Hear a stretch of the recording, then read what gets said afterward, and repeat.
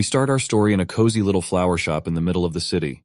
The storefront was filled with countless beautiful arrangements up for sale. With the peaceful and serene sight of different types of flowers, the voice of a complaining young man coming from the inside did not seem to fit the scenery at all. He buried his face and blue hair in one of his books, seemingly ready to give up on his academic aspirations altogether. You can't blame him, though. Being surrounded by a mountain of textbooks would make anyone's head spin, especially if you don't particularly enjoy studying. The young man's mom watched him like a hawk. She knew this rascal had already started slacking off after only 5 minutes of barely picking up a book after stuffing his face with food. He wasn't making his mom's life easy at all.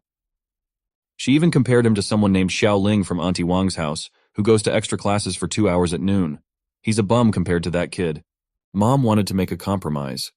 If this young man couldn't stand perusing the pages, then he could help hang the flower baskets on the shop racks for now. But he must remember to tie the ropes securely, as it has gotten extra windy in the city lately. Whatever this task was, it was surely better than burying his head in textbooks. The hanging plants were supposed to be low-maintenance plants that just need water and sunlight, yet his mom always insisted on changing their position occasionally. Staring at the pot, the boy could not help but wish to just be a plant. All plants do is bask in the sun, drink water, grow a lot, just leading a lazy and comfortable life overall. Even though he's the one using a pretty high ladder, his mom seemed way more concerned about her plants falling than her own son. He was apparently doing it wrong, and she would rather do it herself on second thought. What followed was the ungodly killing ability of every mother ever, the endless barrage of making their child feel like crap for slacking off and lacking motivation. She insisted that even if this kid turned into a plant, he would still probably be a bum. The business of the city was quite a nice change of pace from the chaos of the flower shop brought upon by the terror mom. Being scolded by his mom again and again always gave the young man such severe headaches. He's currently walking through the streets, yawning lazily while half-heartedly reading another book. He really cannot comprehend where his mom gets all these words from when she gets on a roll. She talks like a machine gun that cannot be stopped at all. Or since she runs a plant shop, maybe a pea shooter was a more apt description. While he was busy imagining his mom as a plant versus zombies character, something drastic brought upon by the changing winds of the city was about to happen. A potted plant that looked to be one of those odd Venus flytrap things was knocked down by the wind and was now heading for his head with all its gravitational fury. He was way too bored, lazy, and tired to notice anything happening around him at all, especially some event that was happening way too fast to process. Truck-kun was on a vacation, so Secret Agent Pot Nissan did the job, and he ended up doing a pretty good job of it. 1 second, protagonist was just living the normal life of a normal below-average student. The next, the blood from his skull stained the concrete floor of the streets mixed in with the dirt, plant, and the broken pot. The onlookers did not expect to see something this brutal on their stroll on the way to work or school, or wherever they were going. A student just got hit by a flower pot, and the blood all over the sidewalk was a gruesome sight. Inside the young man's teetering mind, he hazily imagined a beautiful full-course meal of the perfect dinner from meat, veggies, to dessert. He remembered that he shared this amazing dinner with his mom and dad. He even praised her for her always tasty cooking. The young man eagerly took a bite of the rice, as you should always do in meal setups like this. But this white rice tasted a little odd. When he zoomed out of his imagination, his mom and dad were nowhere to be seen, and what replaced the scrumptious full-course meal was plates upon plates of disgusting dirt. Now he has become conscious that his mind might just be playing tricks on his perception. When he woke up, he was in an unfamiliar place that he couldn't quite explain or grasp. It was dark, and the smell was strangely pleasant. The odd thing was that he felt like his arms and legs were tied up. Upon inspecting the empty space even more, he noticed something green on the side and a light right above. Maybe he'll try to climb up and see that light a little better. It worked. Moving his body towards the little bit of illumination felt like he had been unleashed and rebirthed into the world. It felt like he broke through the earth to feel the elements. It felt that way because that's exactly what had just happened. A small budding plant had broken through the soil to bask in the intimate glow of the sunlight up above. He wanted to wipe the metaphorical sweat off his brows, but he did not feel any eyebrows. Still, finally crawling out of that darkness felt quite nice. Now that he was starting to think about it, something about this setup was extremely odd. Looking to the side, he knows that he wanted to move an arm to touch his face and forehead, but what his vision was giving him was a piece of leaf attached to a lanky stem. Now that he was looking at his whole body, it's fair to say that he looked and felt a lot different from his previous appearance. Not only that, but he was also in the middle of magical foliage in the middle of nowhere surrounded by mountain ranges. He was not expecting all of these at all. He was frozen solid, not knowing what in the world to do. The nourishing sunlight beamed down upon him along with other budding plants just like him all around the area.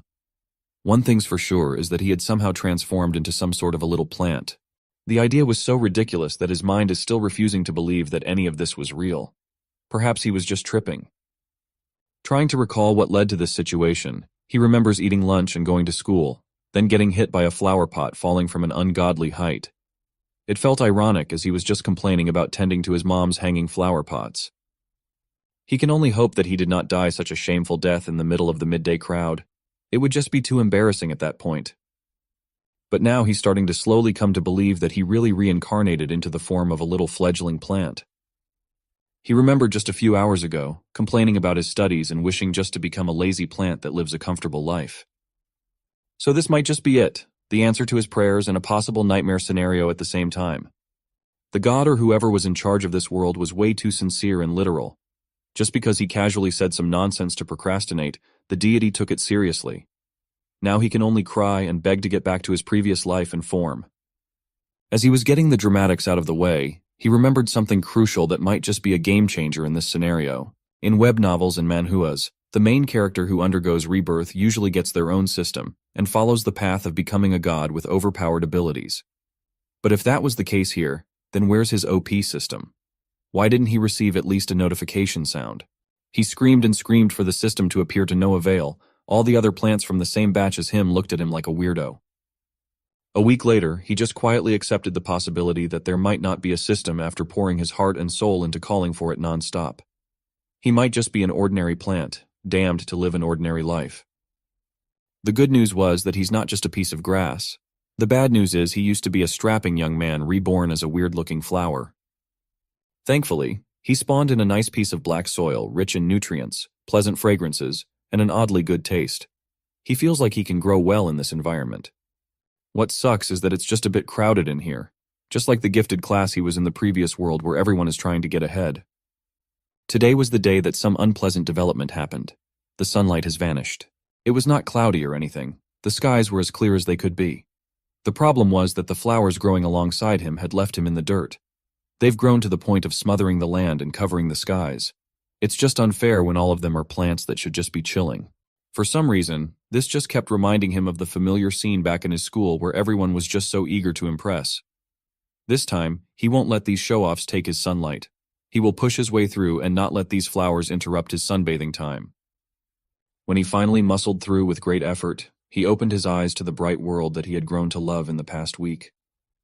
His mood was immediately lifted now that he could finally see and feel the sunlight on his skin, or petals and leaves, and everything in his plant parts. Today was a day of unusual occurrence. Now that he had peered over everyone to bask in the sun, he saw some type of animal getting closer and closer to the flower bed. This dum-dum saw a majestic alpaca coming through and started calling it a wild horse. In his past life, Mom and Dad were always so busy with work that they never took him to the zoo even once. Well, this would be his first time seeing a mythical creature. It did not disappoint. The so-called wild horse is pretty cute in its own right. But he stopped in his tracks now that he remembered one simple fact. These things eat grass.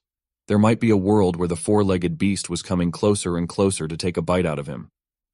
Once the alpaca opened its mouth and its spittle flew all over the place, his nightmare scenario might just be happening right about now. He tried to cover himself desperately, not wanting to die yet.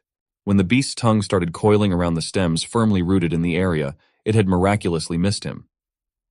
The majestic alpaca just stared at him with seemingly knowing eyes as it casually gnawed on the flowers. When it started turning around, he was left as the lonesome flower in the once thriving flower bed. Thankfully, this four-legged beast only took one bite, and it seems like he was not the alpaca's type of lunch. But before completely turning and walking away, the animal wanted to give one last gift to our poor protagonist, a steaming pile of rock-hard and gray doo-doo. He was speechless. He internally asked himself what in the world is happening. He stared at the pile of rich stool, then turned his attention to the enriching soil in which his roots were tethered. Bullets of sweat started dotting his face as he slowly came to realize the implication of this animal's normal but still disgusting behavior. When he finally came to terms with it, he felt the world literally go dull and gray, just like the color of the pile of crap where the nutrients of the rich black soil were coming from. Even though he had become a plant, processing the fact that he had grown as a flower in horse crap was still a bit too much to handle. He couldn't believe he even thought that this very black soil tasted delicious, tender, and palatable. One couldn't stop oneself from throwing up in this situation. Meanwhile, the remaining flowers that survived a few inches from him had been blooming in bliss and happiness under the sun. Of course, Bro had blossomed too. But there's a new development in his anatomy. There are tooth-like things in the center of his pistil, and all the flowers around him occasionally shoot him a ghostly expression because of it. They didn't even bother to hide the look of their collective disgust for our plant boy. Then, out of nowhere, a massive mirror just spawned right in front of him. It was a scene right out of those novels and manhwas that he reads. What he saw in the reflection was quite odd and disheartening. This is how he looks now. He has become a blooming big-mouthed flower. For some reason, he remembered his previous life when the only semblance of fun he could have had was the occasional playing of video games with friends. Still, back in those days, he was never good at games. He distinctly remembers dying to a Venus flytrap repeatedly. It seems like there are unfortunate things everywhere and anywhere. No wonder everyone was giving him weird looks in this isolated flower bed. Not only was he dreadfully short compared to everyone, but he also looked fundamentally different from the rest too. He was so busy feeling insecure and odd about his current physical form that he only realized the weirder thing that had just happened. A mirror just appeared in front of him unprompted. That must mean something, right? He tried poking the thing with precaution. In response to his gentle poke, the mirror seemingly disintegrated away from reality in just a few moments. Next came a magical prompt indicating that the detected host had blossomed and entered the juvenile stage. The flower system had been activated automatically. Now this was the good news that he was desperately hoping and waiting for. This was the day that his system had finally arrived. To help ease and guide him through the process, the cursedly ugly system companion MANHWA had been deployed to help the dear user. Our plant bro's name is Wu Sun, currently a juvenile stage big mouth flower of 0.3 meters in height and ranked as an ordinary plant. He has no special genes, no defensive skills, no special skills, and with a single attacking skill called swallowing. Reading all his listed out attributes gave him a big fright. Even the flavor text of being a flower planted in alpaca dung felt like an insult. Also, this MANHWA thing was just disturbing. Wu Sun felt like the system might have gotten it all wrong. He was supposed to dominate the world, right? While he was yapping and complaining about the unfairness of this newfound system, notifications about him as the host gaining 1.1 evolution points for 1 minute of sunbathing and 1 point for absorbing soil minerals continuously flooded down. Now these notifications he can definitely work with. The system might not be as bad as he initially thought. Continuously and passively gaining evolution points is a huge boon. There's only one line of thought regarding these points. They should be the currency used to upgrade and enhance himself, and they're adding up fast too. Wu Sun gloated and laughed as he had already gathered 100 evolution points without doing anything. The ultimate laid-back king with a built-in cheat system lifestyle might just be on the horizon. These other puny plants had better give up trying to compete with him for that delicious sunlight. As he was basking in the glow of imminent success, MANHWA appeared once again while picking her nose, calling Wu Sun master and asking him if he would like to enhance himself. He can choose to strengthen one of his 6 core parts: the flower, stem, leaves, roots, fruits, or seeds. It looks like his hypothesis was right. He can indeed level up and enhance his body. Without hesitation, he chose to upgrade the stem in hopes of growing taller to be able to sunbathe even more efficiently. Spending 100 evolution points to enhance the stem at once made him feel the growth happening in real time. It was like his body was being stretched out. The stem enhancement was a success. His height has increased by a whopping 0.003 meters. Yes, 0.003 paltry meters. All that gloating and taunting to the flowers all around him just netted him a growth that does not even equal the length of a tiny bug. That whole 100 points just gave him 3 millimeters of increase. It was barely noticeable by any stretch of the metric. He was now back on the opinion that he was given an extremely lousy system.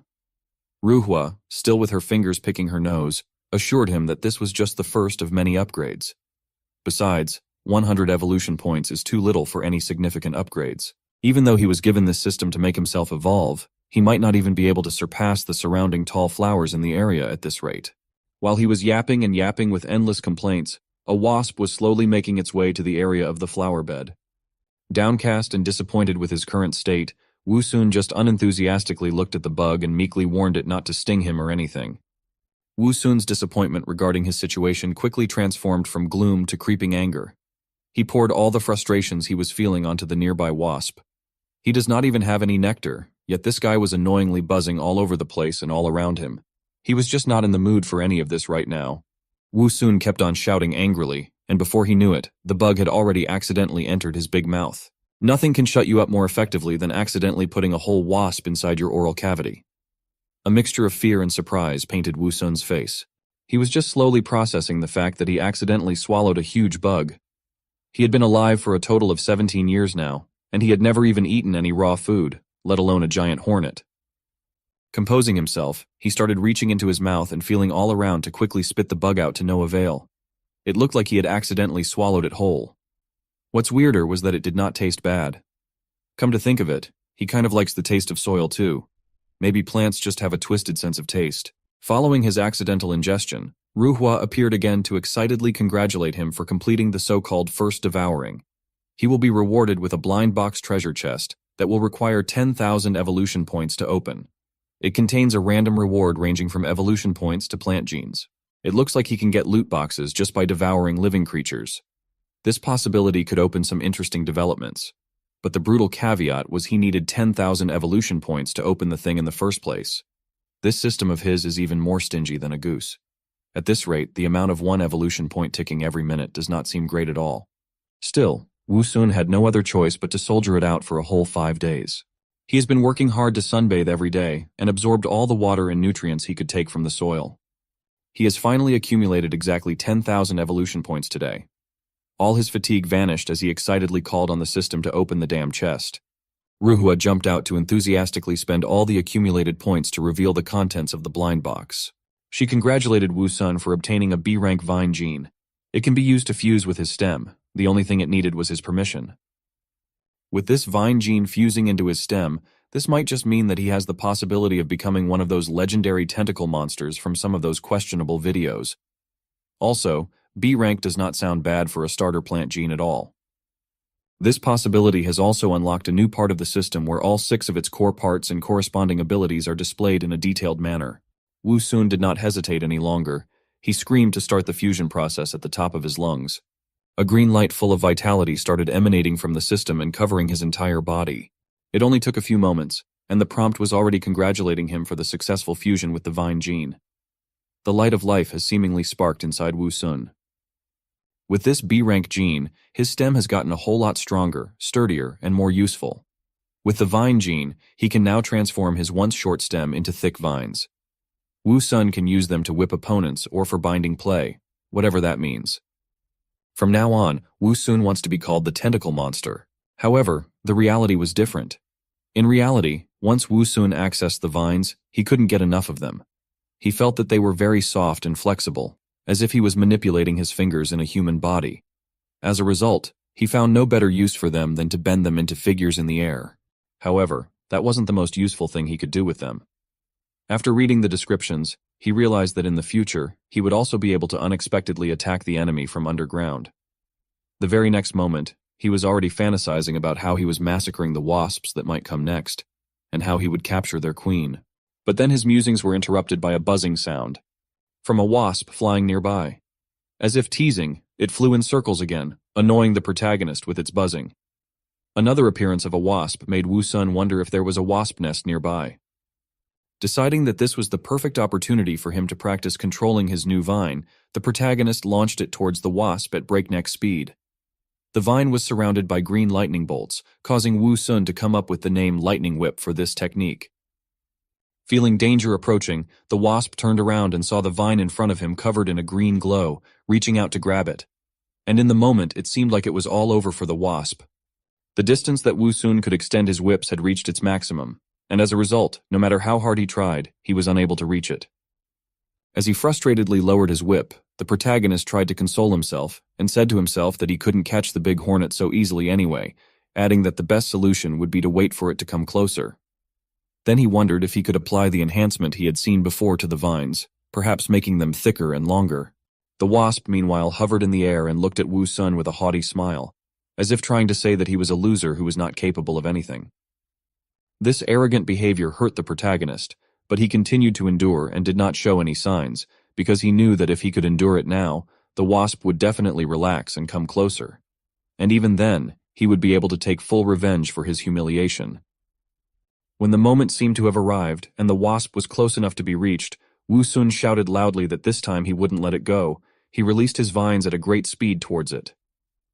But to Wu Sun's surprise, his tentacle was not able to reach its target as it was intercepted by someone else a second before. This unexpected turn of events shocked not only the protagonist, but also the wasp itself, which did not understand what was happening. Wu Sun was furious and didn't even try to choose his words. All the curses he knew were used. The culprit was the yellow gecko, who was holding the wasp in his mouth and looking at the protagonist with a smile. Such insolence made Wu Sun furious, as he had no intention of sharing his food with anyone else at all. In the next moment, fire flared in his eyes, and he let out a fierce shout as he released his whips covered in green lightning bolts towards him, shouting that since he was taking away his food, he should be held responsible for it. Turning around, the gecko was confused to find that his tail was wrapped around some strange vine that held it tightly. Not wanting to be tied up, the gecko made an attempt to resist and try to escape, but unfortunately the vines held him very tightly, preventing him from doing so. Seeing that the lizard was resisting in a panic and trying to escape, Wu Sun gripped its tail even tighter and said in an irritated voice that its attempts were futile as he had no intention of letting it go so easily. However, in the next moment, something happened that the protagonist did not expect in any way. Part of the gecko's tail, which he was holding with his tentacles, suddenly separated from his body. And since the tension was quite strong, the whips, which flew backwards by inertia, hit him in the face with force. While the protagonist was recovering from the slap he had inflicted on himself, the gecko, not wanting to miss this chance, began to quickly get away from the dangerous plant, which was our protagonist. Wu Sun was both furious and confused as he realized that it was his fault for forgetting that lizards could throw back their tails. But he did manage to get something, and that was the tail, which remained in his tentacles. He decided it would be unwise to be upset about it, so he stuffed the rest of the tail into his mouth, adding that it was still better than nothing. After standing there gloomily for a while, waiting for the system's messages and hoping that he would get the treasure chest again, he had not received a single message in the meantime. However, Wu Sun realized that the only way to get the treasure chest reward was to eat an entire living creature. Scratching the back of his head, he complained in a somewhat dull voice that there were very few insects in the area. Even flies and ants, which are always plentiful everywhere, were nowhere to be found.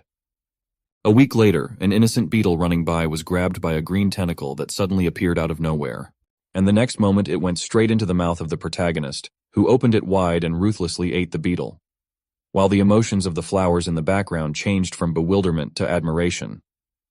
The next moment, a golden chest appeared in front of Wu Sun, accompanied by the voice of the system, which congratulated the protagonist for eating the dung beetle and obtaining the chest as a result, and informed him that 100,000 evolution points were required to open it.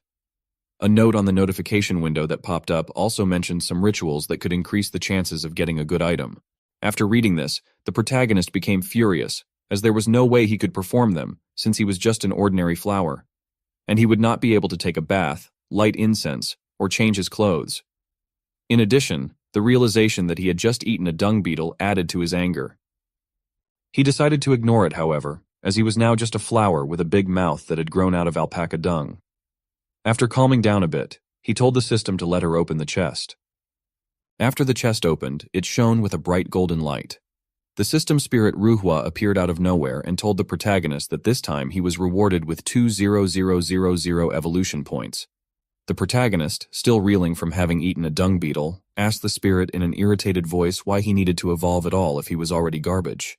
To which the spirit replied that it was a plant system in which the weirder the food he ate, the higher the chance that he would get a good item from the chest. After listening to Ruhua's words, Wu Sun couldn't find anything to reply, and he had no desire to argue with the system spirit right now. After a while, the grass that was growing near Wu Sun rustled, and the next moment, the culprit who broke the silence appeared.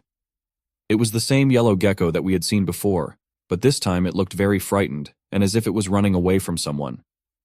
Not paying attention to the frightened look of the lizard, the protagonist with his toothy smile on his face asked him how he dared to come back here after taking away his prey. After which, with the words that the latter would pay for the wrongs he had done, Wu Sun lunged towards the gecko with his tentacle, using his skill lightning strike.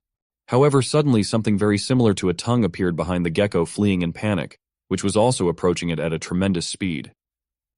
Despite being caught between two crossfires, Both the protagonist's whip and the unknown creature that was supposed to be the tongue's owner, the gecko miraculously managed to dodge.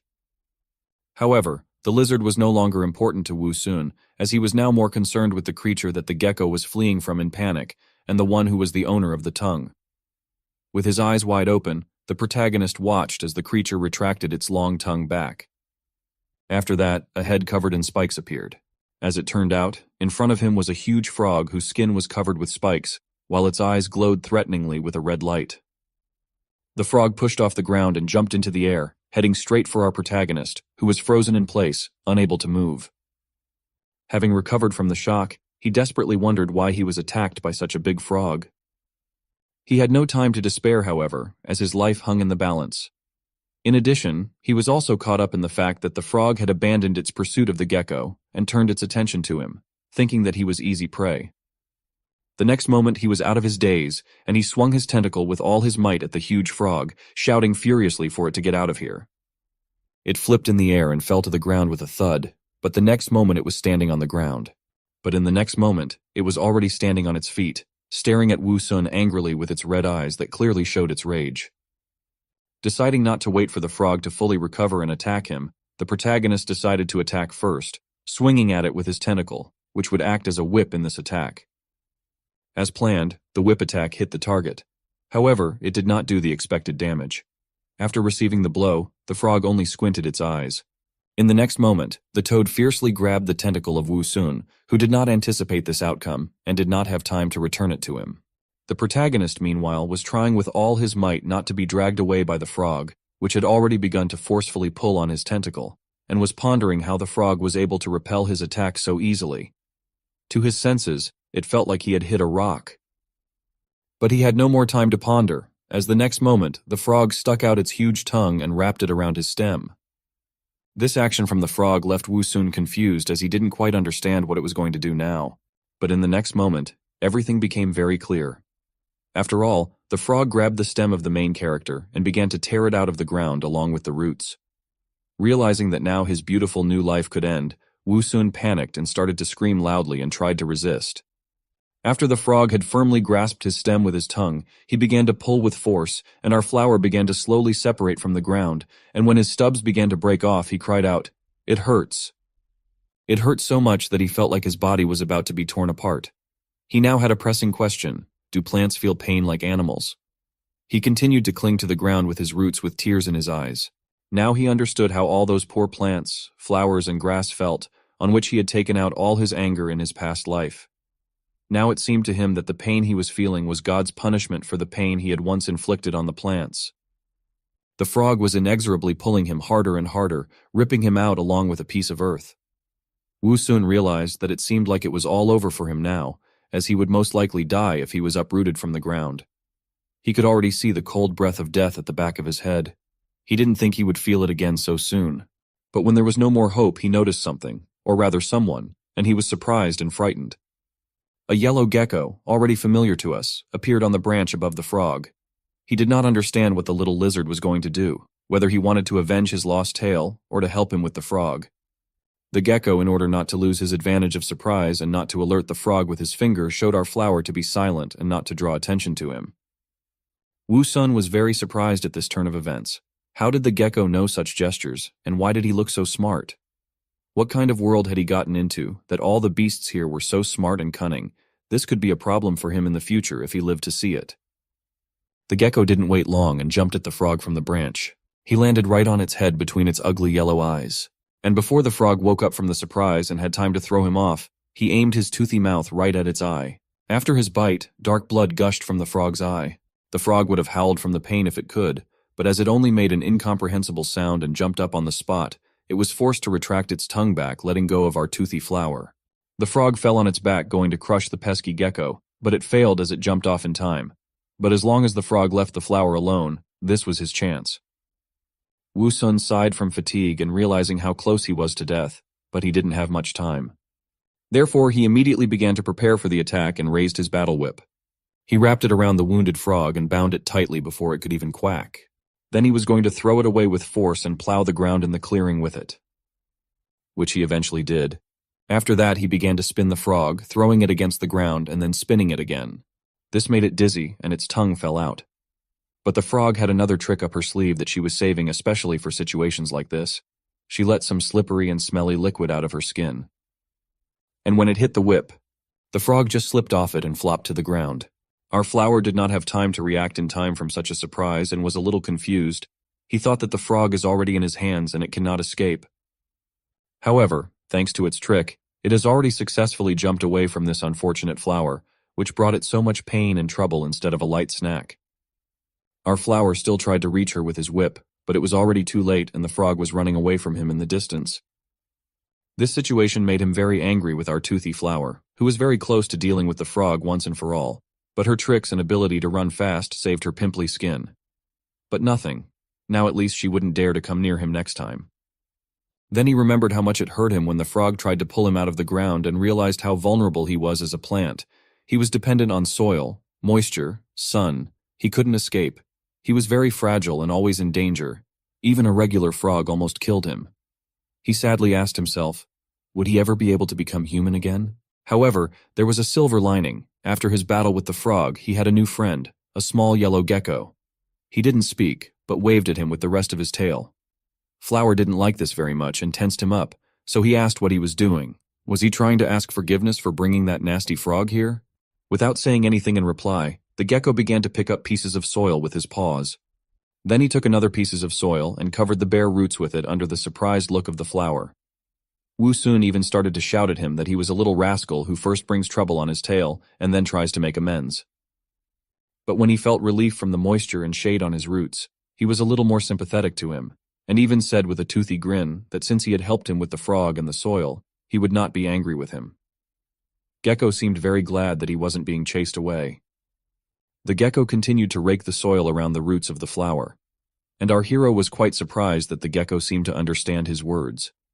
He wondered if it was normal for the gecko to understand his words, if he knew how to use the environment to fight his enemies, if he knew how to use the soil to fertilize the plants. If that was the case, then the other question was what language was he speaking now?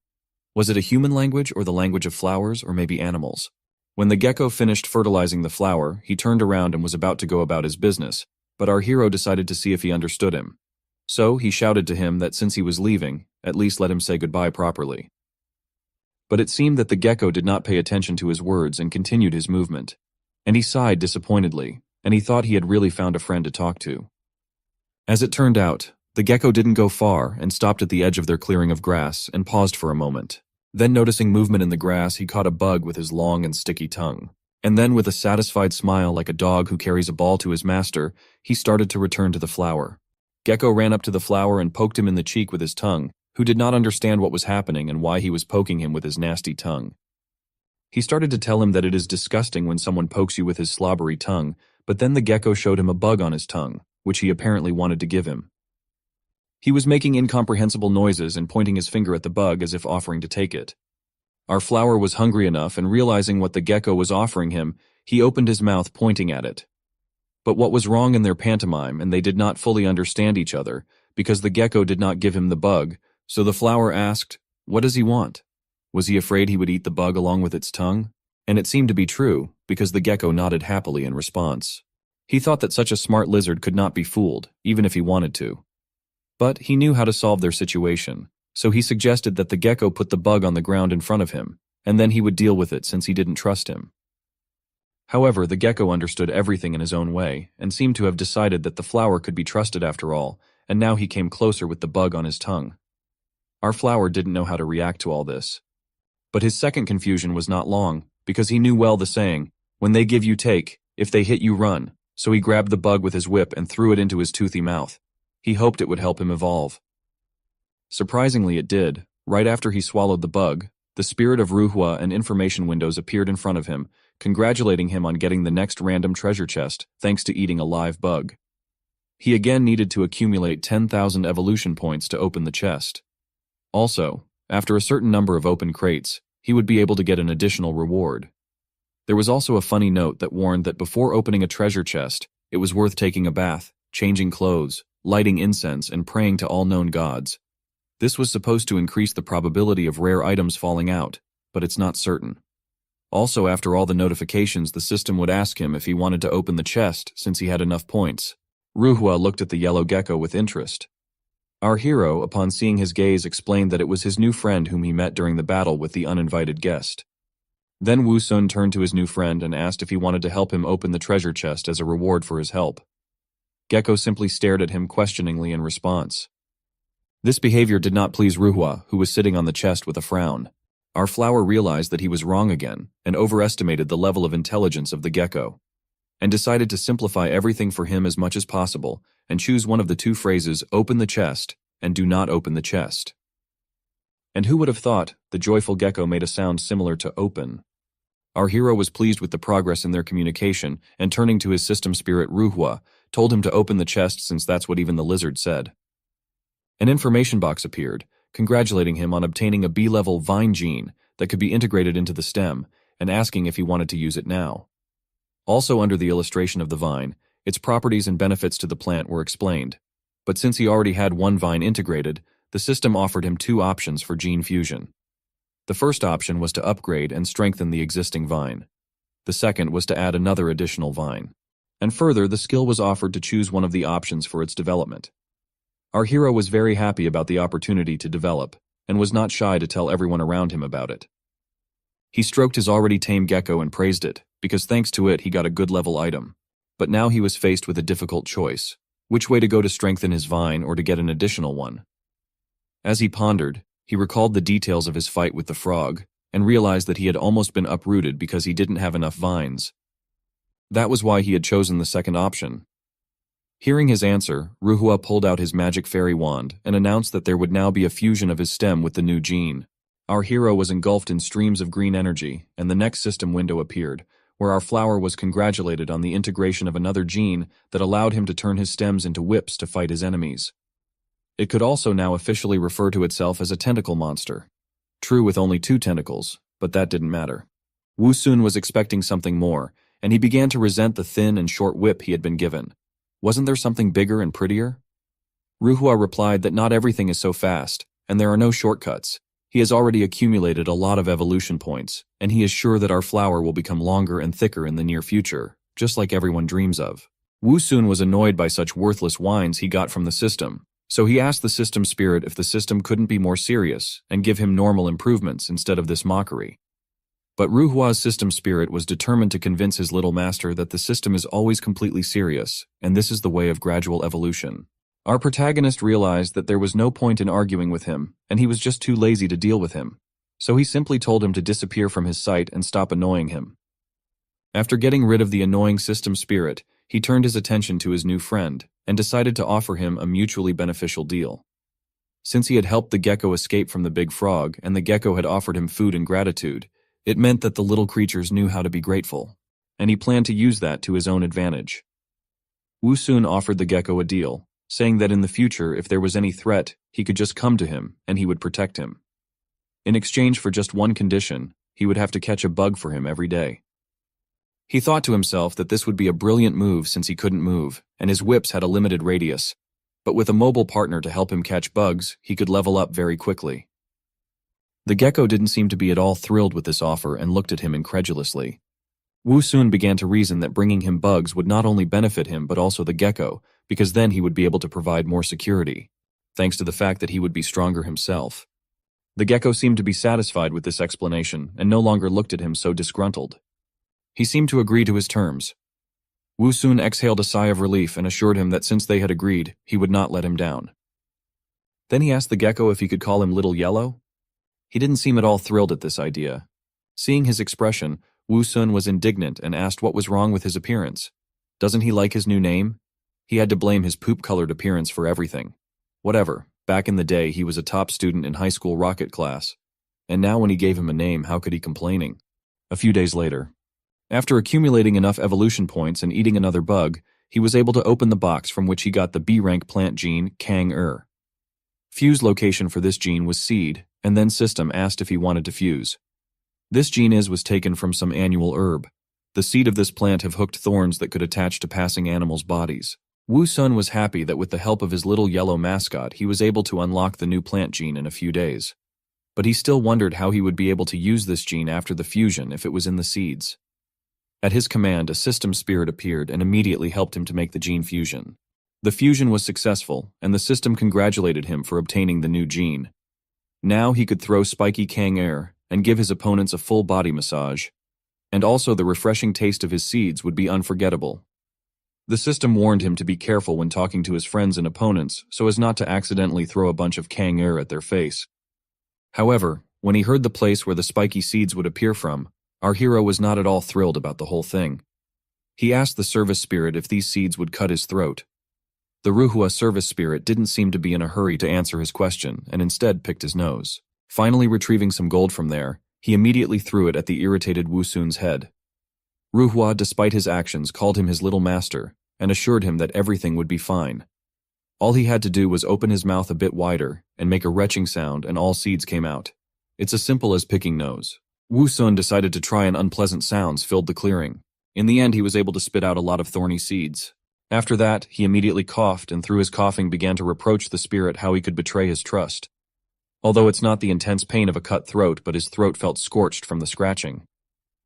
The spirit nonchalantly replied to him that great power comes at a high price, little master.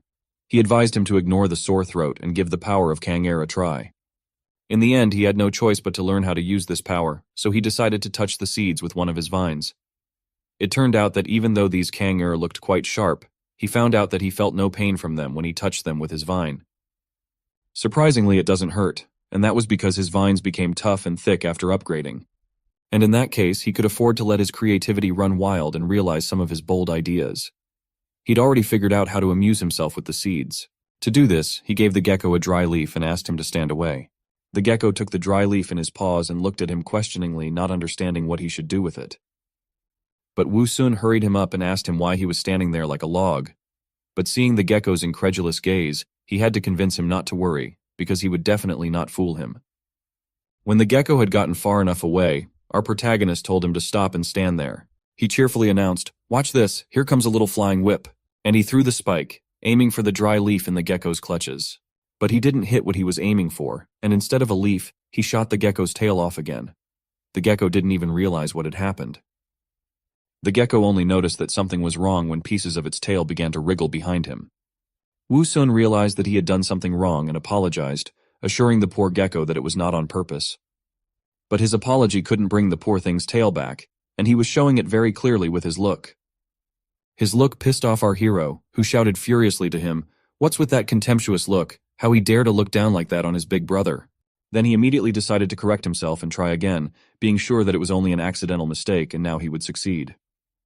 And to everyone's surprise, he hit the leaf. But not the one he was aiming at.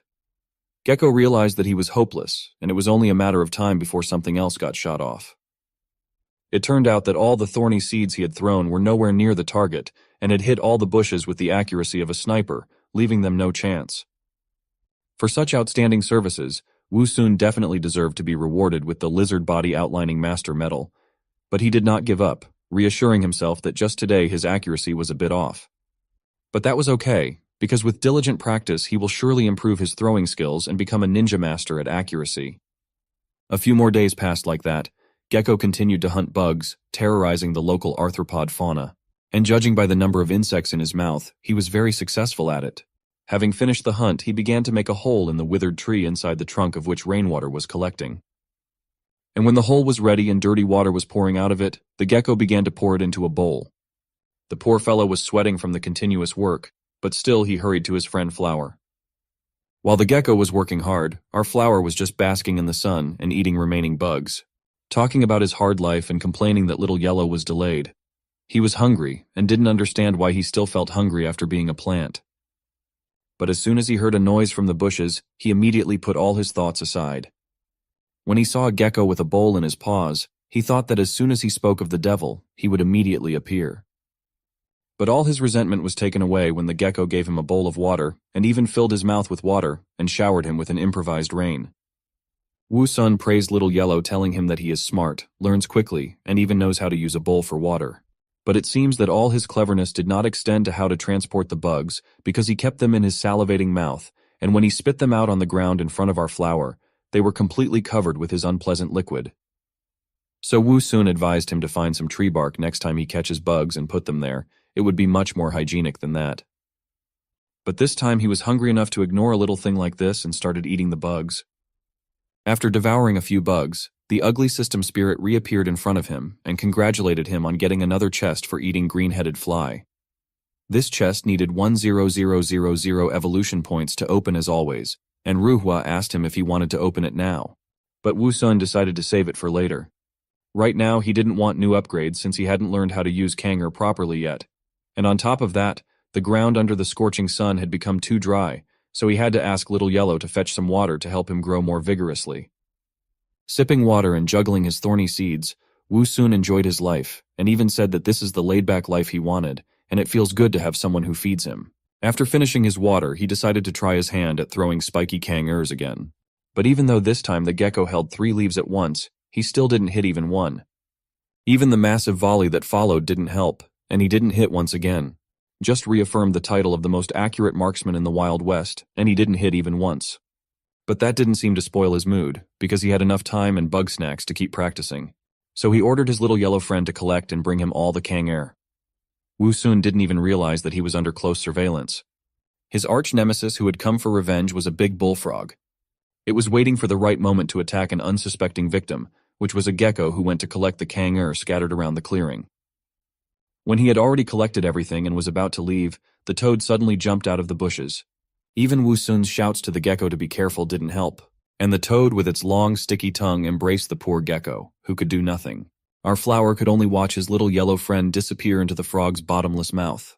Poor gecko screamed for the last time and disappeared.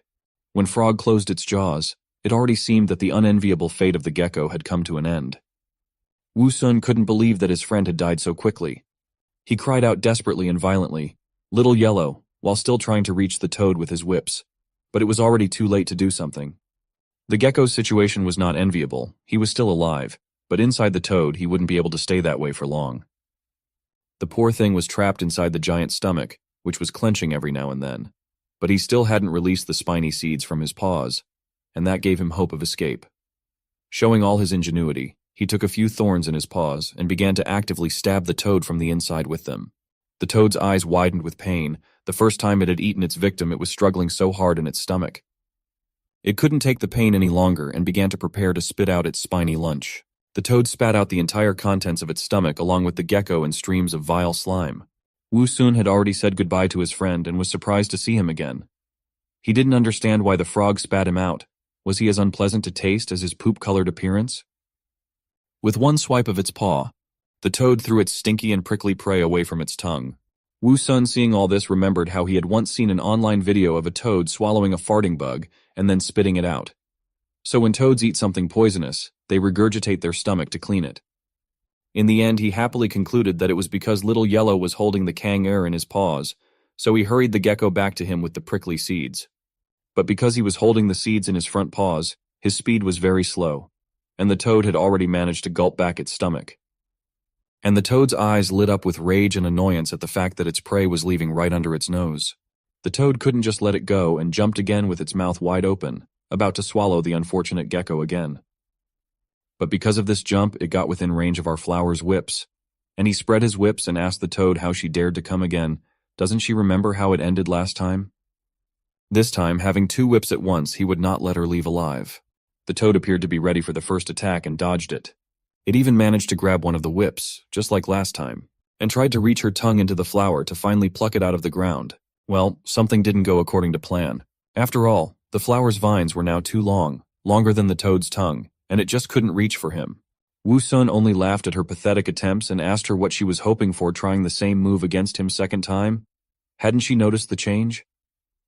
Our flower's vines were now longer, thicker, and stronger, and were already beginning to entangle the helpless toad. After tying her up tighter, he began to pull her towards him. The poor thing resisted as much as it could and struggled with all its might, but its fate was already decided. Because bound, she was completely in the power of our flower, and now he could easily lift her into the air, depriving her of any support under her feet. And then with such force to land her back on the ground head downward, that the stony soil scattered in all directions. From such a blow, the toad's eyes darkened and she lost consciousness. Seeing how frozen the toad was, Wu Sun smugly advised it, "Don't think I can't handle you just because you're petrified." He also decided to ask her a math problem to tell her that if he spit out 5 Kangers every day, How many kangurs will he have spat out in total after 10 days? The answer was nearby, where a pile of his spiky seeds were stacked. Expectedly, without waiting for a response from the toad, he wrapped his vines around it and sent it flying straight toward the pile of thorns. He slammed it into the thorn pile once. It seemed that his rage for all his suffering was overwhelming him, because he didn't stop there and kept hitting the poor toad again and again. Even the gecko was shocked by this cruelty and nervously imagined that he could have been in her shoes if he hadn't befriended this crazy flower. Wu Sun finally calmed down only when the entire clearing was covered in clouds of dust, and the toad was no longer showing any signs of life, looking more like a chop. He ironically asked it, "Not bouncing back this time, huh?" After such a beating, it wasn't hard for the flower to cut up the dead toad, and as he separated the toad's leg, he smugly praised himself for defeating such a large opponent. As it turned out, he hadn't expected his thorny seeds to help him hand-slay enemies. Otherwise, he couldn't have swallowed such a big one. Wu Sun wasn't greedy and decided to share a piece of his victory with his shocked little friend. But seeing his indecision, he had to tell him, "Come on, buddy, you should share with me the fortune and misfortune, so let's eat together." Hearing this, the joyful gecko immediately pounced on the food. Wu Sun also started eating, and had to admit that the toad tastes pretty good. But he wondered if the system would give him a chest for eating the toad in pieces, since the last time he ate a piece of the gecko's tail, he didn't get anything. But he didn't have to guess for long, as the next moment, a disgusting system spirit appeared with 2 chests. Wu Sun did not pay attention to the appearance of the spirit, but was only happy to receive 2 chests at once. He had a logical question. Why didn't he get any when he swallowed the gecko tail last time? And when he ate just 1 piece of the big toad now, did he get 2 chests at once? Ruhua, looking at the gecko eating the meat with such gusto, didn't seem to be sure why the flower was so lucky. So he answered him in no uncertain terms that apparently the system considered killing the big creature and eating the first bite to be a sufficient condition for getting the chests. But in general, the rules for getting chests were a bit different. For small creatures that the host can swallow in 1 bite, there is a 100% chance of getting a box. As for larger creatures that require a chewing, there's a chance of getting a box with each bite. However, all of this also depends on luck. If luck is bad, even if the host eats a whole toad bursting the stomach, it might only yield 1 box. After hearing all these explanations, Wu Sun decided to continue eating the toad, and literally after the next bite, he got the chest again. Ruhua was not at all pleased with such luck of our hero, and Wu Sun was just glowing with happiness and anticipation of what he could get from them. And now he smugly asked if the fact that he had gotten so many chests meant that his luck was extremely good? After all, he had gotten 3 boxes in just 3 bites. System Spirit Ruhua merely grudgingly hummed in response, and not at all sincerely wished him luck in the next bites. Wu Sun didn't understand what he meant, but sensed that he didn't want anything good for him really, and advised him to look at his ugliness instead of making caustic remarks. After a little while, our flower and the gecko were full enough and couldn't make even 1 more bite. However, in all this time, our flower didn't get any more chests, which of course made him very angry, and he blamed everything on that nasty system spirit, who could have done all this on purpose. For since he said that sentence earlier, not even bursting his stomach resulted in a chest. But Ruhua, picking his nose, had no problem justifying himself by saying that it was just a problem with his luck, and there was nothing he could do about that moody lady luck. Lastly, he asked if he wanted to open the chests now. Wu Sun refused on the grounds that he wasn't interested in opening the chests at all, as he had so much left to eat right now. Despite his and Gecko's best efforts, they were only able to eat half of the toad, which was already an achievement considering their size. But something had to be done with the other half, because if it wasn't dealt with properly, such a big chunk of meat would surely attract carnivores, who could easily destroy our flower with a single swipe of their paws. But Wu Sun was not stupid, and in his head came up with a brilliant idea how to deal with the toad's corpse and at the same time get the most out of it. Since it could not only eat through its mouth, the protagonist decided that a great idea would be to bury the body, thus turning it into organic fertilizer, which would allow him to absorb nutrients little by little through the roots without any competition. Ever since he was a kid, he remembered his mom burying meat or fish in the ground, and to his curious questions about why she did it, she answered that microorganisms in the soil decomposed the bodies of dead fish into carbon dioxide, water, and inorganic substances. And it was these that were absorbed by the fruit trees, so that they grew faster and gave more tasty crops. However, the protagonist had a problem. His vines were not designed to dig into the ground at all. After thinking about it, he realized that he could solve this problem quite easily if he could find tools that he could wrap around the vines. However, the second problem was that shovel-like digging tools were unlikely to be found here. His only salvation was his yellow friend, whom he immediately asked to find thick branches and scaly rocks for him. He folded his vines into roughly the shape he wanted and showed them to the gecko, who stared at them intently. After a few minutes, the gecko turned around and headed somewhere. As he stared at the gecko, the protagonist could only hope that he understood what he wanted.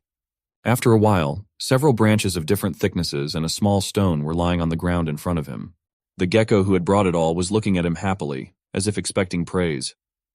However, Wu Sun didn't really appreciate his efforts.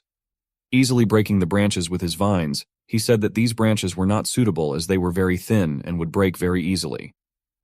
Picking up some soil with his leaf, he added that the soil here was very soft, so he needed something thin and strong. Hearing this and silently staring at the broken branches, after a moment of silent staring at the broken branches, Gecko seemed to understand, nodded his head and rushed off. However, he did not manage to bring the necessary tools for the first time. He brought a leaf or a lump of soil, which was obviously not solid at all. Even though he was tired, he brought a huge log that Wu Sun didn't know what to do with because he could hardly move it. However, this was not what he needed, and he even thought that he had overestimated the IQ of his yellow friend. Suddenly, however, two objects fell to the ground in front of him, a sharpened bone as well as a broken arrowhead. His eyes immediately widened with surprise. After grabbing the arrow, he couldn't be happy with it, because even though it was broken and rusty, it was still what he needed. It was also made of iron, which could mean that there were other intelligent beings in this continent who knew how to use tools. Grabbing the bone and arrowhead with his vines, he immediately got into a threatening fighting stance, saying that these two sharp objects could be good weapons for him. And if he was attacked by a toad again, he would be able to slit its belly easily.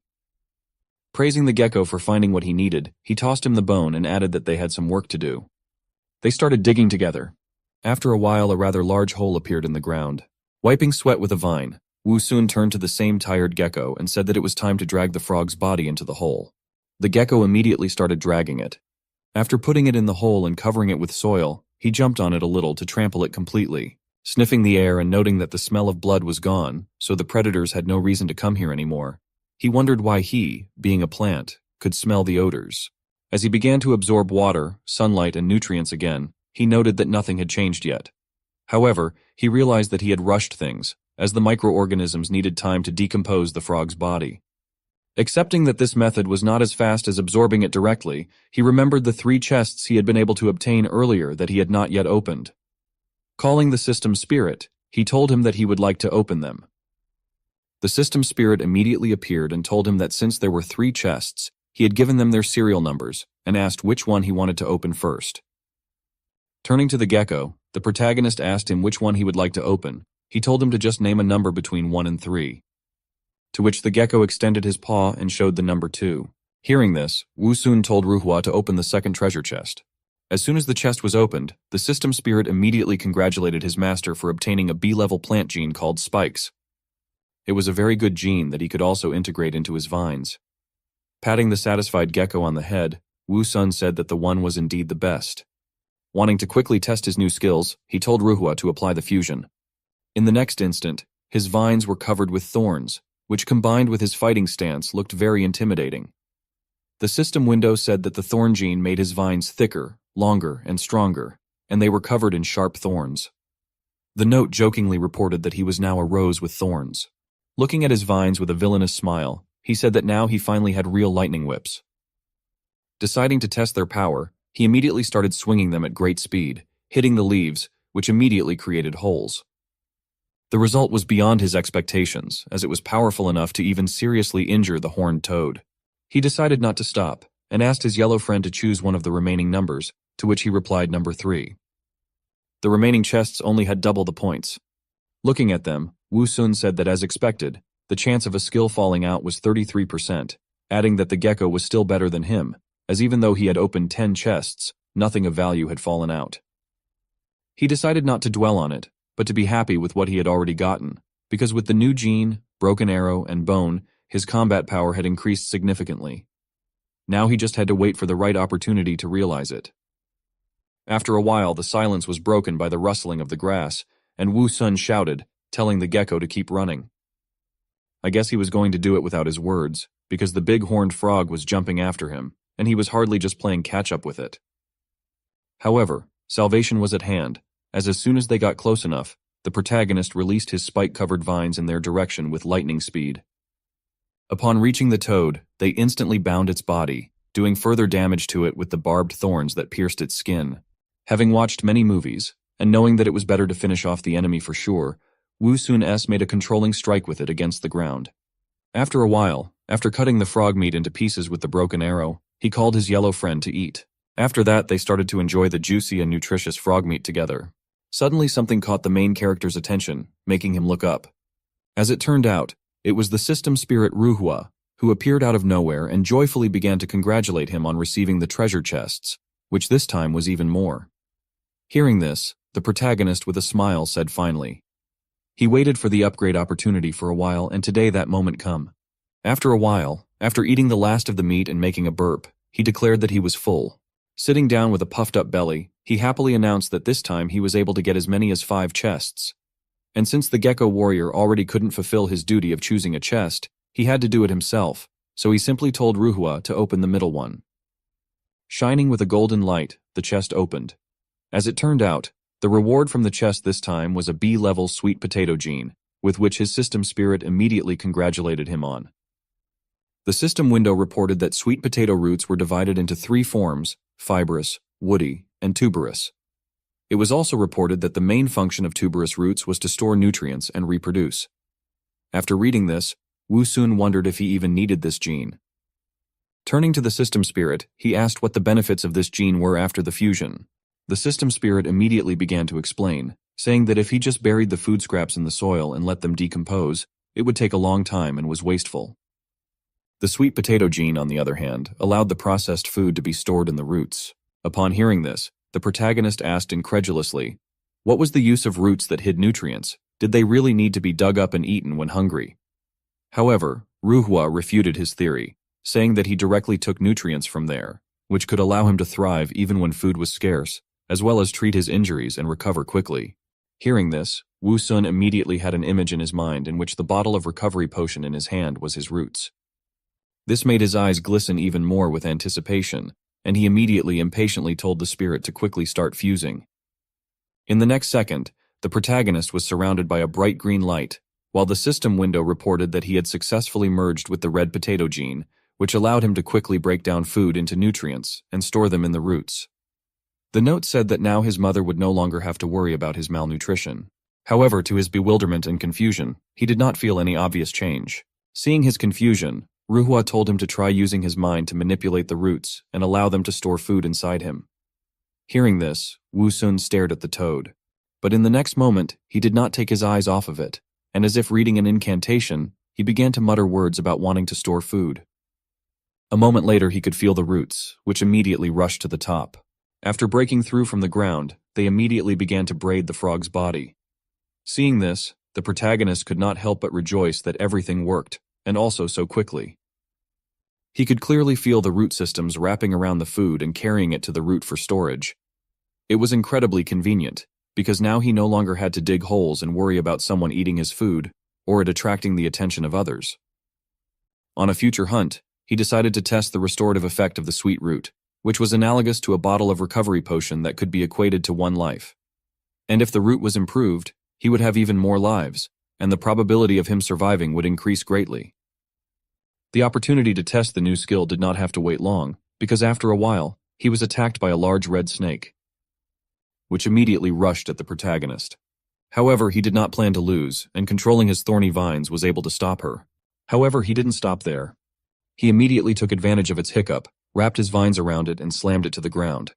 Realizing that the snake was still alive, Wu Sun used his secret technique called the enraged killer gecko that killed exclusively with bones. At a tremendous speed, he forcefully thrust the bone into the body of immobilized snake. After a while, the dust that was raised during the fight began to disperse. On the ground, the dead snake was still twitching in its death convulsions.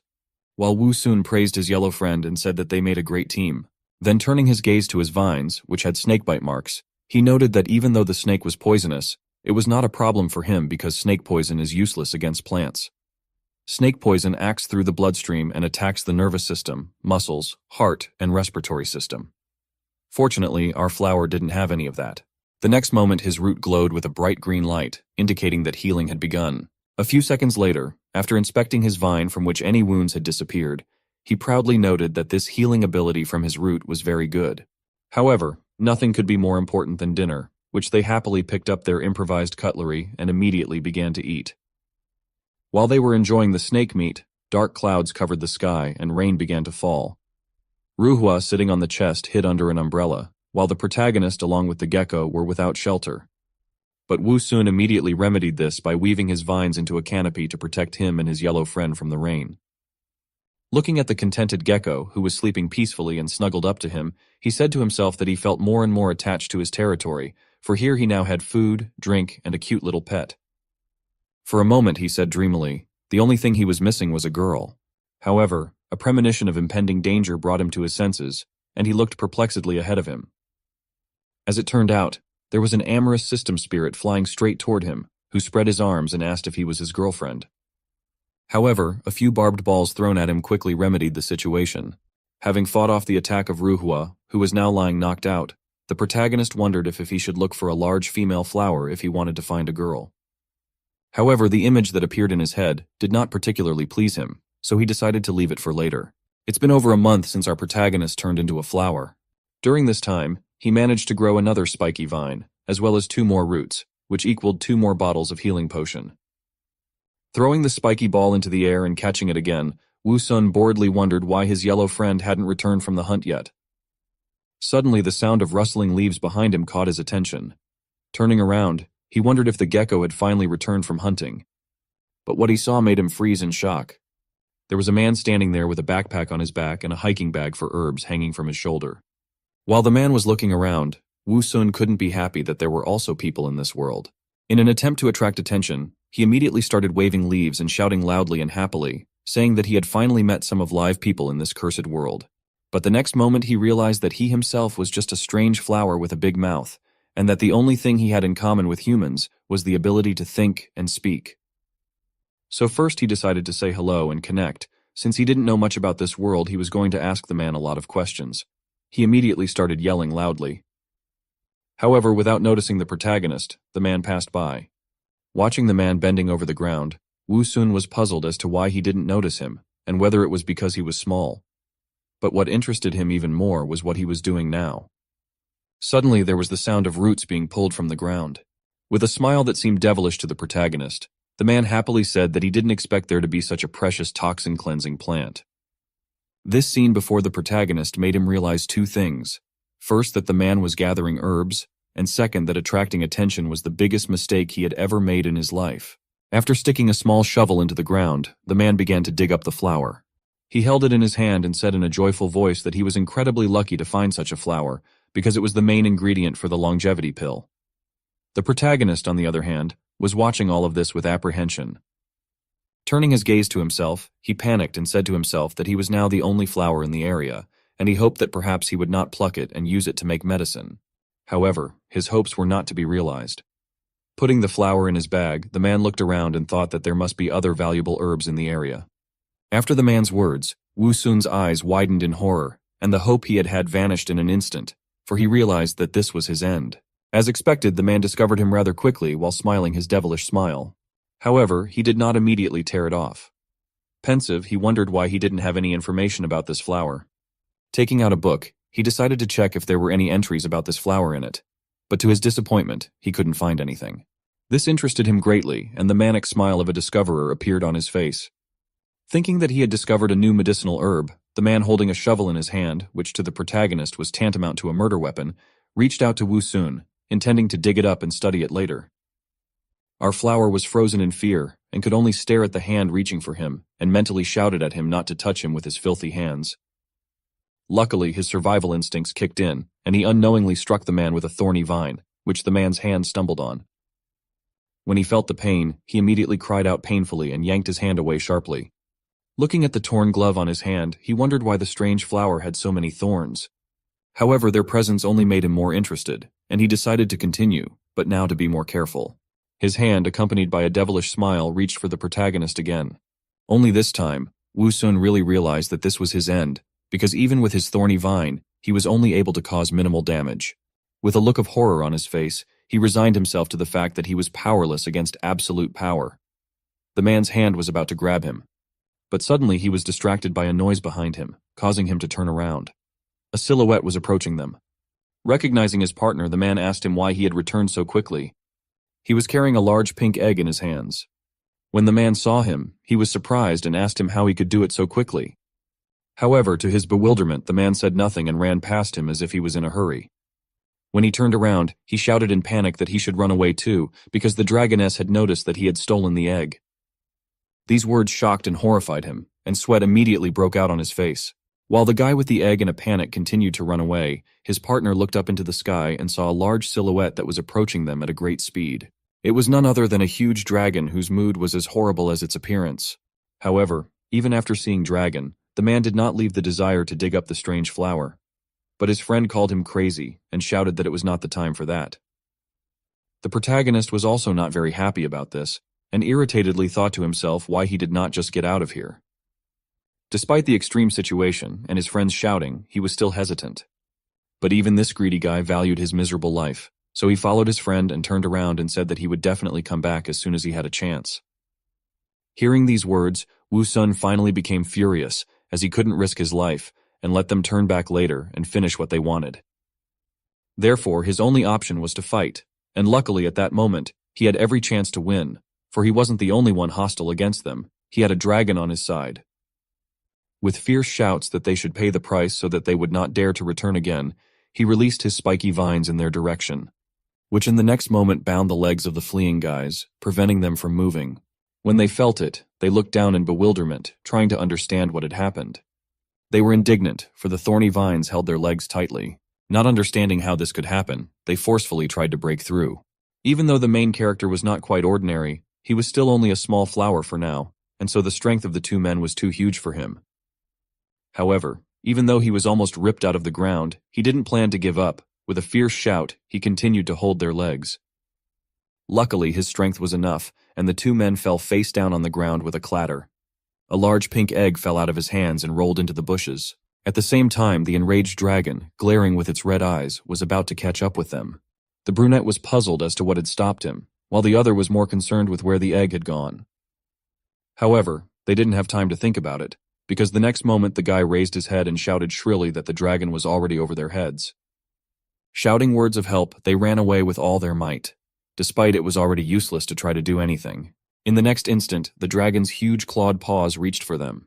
Dragon mercilessly grabbed the guys who were screaming in fear and roared at them in such a way that his intentions were very clear at once. However, even though he was in the dragon's clutches, the blonde-haired boy, though confused and shitting his pants, was still not going to give up. Smiling and reaching for his sword, he said in a determined voice that he would fight to the last moment. Then he swung his sword, striking the huge reptile's paw. When it felt the pain, it let out a piercing scream. In the next moment, the brunette felt that the dragon's paw was no longer holding him, but this wasn't good news. In the next moment, he and his partner began to rapidly approach the ground, threatening to crash to death. However, Dragoness did not stop there. Being in a rage, she was not going to give them such an easy death. So in the next instant, she opened her jaws and rushed towards them at a great speed. A few seconds later, the screams disappeared. It was said that those guys were never seen again after that. Looking at the dust that had already begun to settle, as if unable to believe it, the protagonist wondered if those two people were dead. The realization that he had committed an indirect but still a murder made his body sweat and he began to tremble. His reaction was quite normal, since for a boy of his age, murder was something very scary. However, he realized that he had no other choice, because if they had escaped, they would surely come back, and he would be the one to die. Wu Sun decided not to dwell on it, and thought that he had done it purely in self-defense and survival, so it was not his fault. However, in the next moment, another possible problem came to him. The dragon egg that had been lost in a hurry by those two guys, and which was currently lying nearby, making it likely that the dragoness would surely return later and kill everyone who would be nearby. Just then, he sensed an approaching danger behind him, causing him to turn around sharply. As expected, it was a dragoness flying low over the ground, but luckily she never noticed the egg or him. As it flew past him, it began to shrink, turning into a small black dot, which Wu Sun looked at with fear until the last. The dragoness seemed to have disappeared and he could finally relax, but no, his attention was immediately drawn to the pink egg sticking out of the bushes. However, As for the person who received the dragon egg, he didn't look too happy about it. He started shouting after the dragoness, irritated, asking why she didn't take her baby with her and if she didn't need it. But as expected, his shouting had no effect. Wiping the sweat from his forehead, he said that it was probably the first time she was becoming a mother, but even that didn't explain her neglect of her egg. Retracting his thorns on the vines to avoid damaging the egg, the protagonist reached for it. However, the distance was too great for him to reach. Fortunately, his yellow gecko friend soon appeared, casually returning from somewhere with a bowl in his hands. As he came closer, he looked at the protagonist in bewilderment, then turned his gaze to the egg. Seeing the free labor force, the protagonist turned to the gecko, who was still not understanding what was going on, and told him to try to push the egg to him. With zeal, he began to push it. But no matter how hard he tried, he couldn't even get it to budge. Finally, he was exhausted. This time our yellow Sisyphus couldn't even move his stone. Realizing that this would not do, Wu Sun called him over and began to show him something with his vines and explain the principle of leverage. But since the gecko would hardly understand, he told him to just do what he said. Following our flower's exact instructions, he found a large stone and placed it beside the egg, and immediately set to work. Finding a stout stick and using it as leverage, he gritted his teeth and began to push it with all his might, while the protagonist, acting as moral support, encouraged him as best he could. As a result of their joint efforts, the gecko, not without sacrifice, in the form of a bruise on his forehead, but still managed to move the egg. The egg bounced a little in the air and rolled straight towards Wu Sun, who happily noted that it was a success. As soon as it got close enough, his vines immediately wrapped around it. However, no matter how he tried to lift it, he was not strong enough to do so, nor could he absorb it due to its enormous size. Even his big mouth wasn't big enough. The option of smashing it was also immediately declined, because if it spilled on the ground, it would hardly be edible. Clutching his head, he irritably wondered what he should do with it, since he had nothing to help him devour it at the moment. However, his musings were interrupted by the sound of something crackling. For a moment it puzzled him, making him wonder what it could be. After a moment, however, when he looked at the egg and saw the crack in it, it was clear. A dragon was hatching from it. In the main character's head immediately appeared the image of a small, cute pink baby dragon, which in his opinion was about to be born into the world. In the next instant, the shell on top completely cracked, and a bright golden glow illuminated everything around him. However, to the bewilderment and surprise of the protagonist, not at all what he had imagined hatched out of the egg. A small, chubby girl with horns on her head appeared in front. Wu Sun was stunned, because the fact that the egg would hatch into an almost ordinary girl, he clearly did not expect. In addition, she was immediately born in clothes. Looking at the weeping creature in front of him, he told himself that he should not be surprised, since he himself had turned from a boy into a flower. He looked more closely at the little girl, who had stopped crying, and noted that she had the horns and tail of a dragon, while her body looked human. Comparing these facts, he concluded that it was most likely a dragon girl. Suddenly the little dragon girl grabbed the eggshell with her chubby little hands, and began to chew it with her sharp little teeth. Seeing this, the protagonist in a panic wanted to stop her, saying that she should not eat the eggshell, but when he thought about it, he stopped. As a human, he had read many fantasy novels in which he had heard that as soon as a dragon hatches from its shell, it immediately eats it. Comparing the fact that he could have been in one of those fantasy worlds, which there was a lot of evidence for, he decided to leave everything as it was. By this time, the little one had eaten all the shells that were around, and was now looking at the last one she was sitting on. Making the incomprehensible sounds inherent in all newborns, she took hold of the shell with her hands. Then, panting, she began to try with all her might to pull it out from under her. As a result of which she succeeded in doing so, but at the same time she lost her balance and fell on her back. Seeing this, Wu Sun said with a disdainful look that this kid must be pretty dumb. Losing sight of the last piece of eggshell, the little dragoness began to look around. And the first thing she noticed was our flower, which noticed her gaze too and tensed up. The baby dragoness immediately and happily crawled over to him, calling him Mom. Wu Sun was very shocked at what he heard, and began to nervously glance at the gecko, asking if he heard her call him Mom. However, after he calmed down a bit, he thought about the possible reasons for her behavior. He remembered that he'd once heard that birds recognize the first creature they see after hatching from an egg as their mother, but he'd never thought that applied to dragons as well. And besides, what kind of mom could he be? He's a young guy after all. But that fact, along with the prickles, didn't seem to bother the baby dragoness at all, who immediately rushed at him with hugs and joyful cries of "Mommy, Mommy." She was so insistent and heavy that the poor flower was barely holding onto the ground with its roots and trying to prove to her with reasoned arguments that she had it all mixed up and he was not her mother. Its stem was cracking from the strain and the roots were beginning to pull out of the ground. But the little dragoness did not stop and continued to call him mommy and piled all her weight on him. The poor flower began to think that she was doing it on purpose and was going to tear him out with the root and began to beg her tearfully to stop and let him go. And surprisingly, she let him go. Wu Sun exhaled a sigh of relief, but continued to lament that he was about to fall apart. Out of all this, the good news was that the little dragon girl seemed to understand his words. But that didn't mean she'd had enough cuddling, and she'd already spotted her next victim, a gecko, who, when he saw the look in her eyes, knew he was in trouble. Now it looked like he was going to be a plush toy for the little girl in addition to his job as a bug hunter and water carrier. But judging from her cries, she had mistaken him for her daddy. And now Wu Sun was not happy about what was happening. So he indignantly told her that she had gotten it all mixed up, and he was the father here, not the mother. And this gecko is here as the pet dog, not the father. The little baby dragon girl looked at him carefully, but still continued to clutch the poor gecko. But it seems she understood what he told her as she set the frightened gecko on the ground. Only to grab him again and hug him again, calling him doggy. The poor thing didn't seem at all happy about the role, and his look said it clearly instead of saying it. Wu Sun was glad that she understood him, and now realized who the gecko was. Calling her a smart girl, he asked who she thought he was now. But she didn't answer. Instead, she let go of the tortured gecko and stared at him intently. Then she showed him in no uncertain terms that she was hungry and wanted to eat. Wu Sun was not thrilled with the idea of sharing food. However, no one asked his opinion, and immediately after she spotted a dry leaf with bugs on it. She began to carelessly eat them without paying attention to the indignant cries of the disgruntled flower.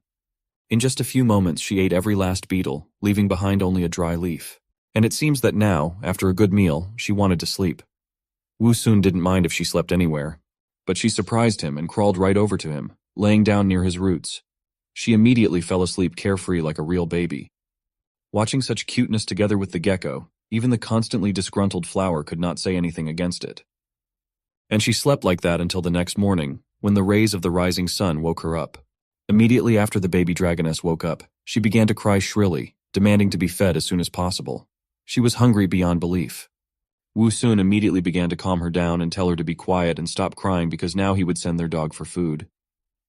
Our flower turned to his faithful dog with a very important task, to find as many beetles as he could as quickly as he could. Gecko already had a leaf in his paws and was ready for such an important mission. As he ran off to hunt, Wu Sun tried his best to calm the little girl, assuring her that their faithful dog would soon return with plenty of food. But the little one still wouldn't calm down. Now he realized how hard it was to be a nanny, and how the constant crying gave him a headache. At last, the gecko returned from his hunt with a pile of bugs. The baby immediately began eating them, quite enjoying the process, while the also hungry flower and gecko could only swallow drool.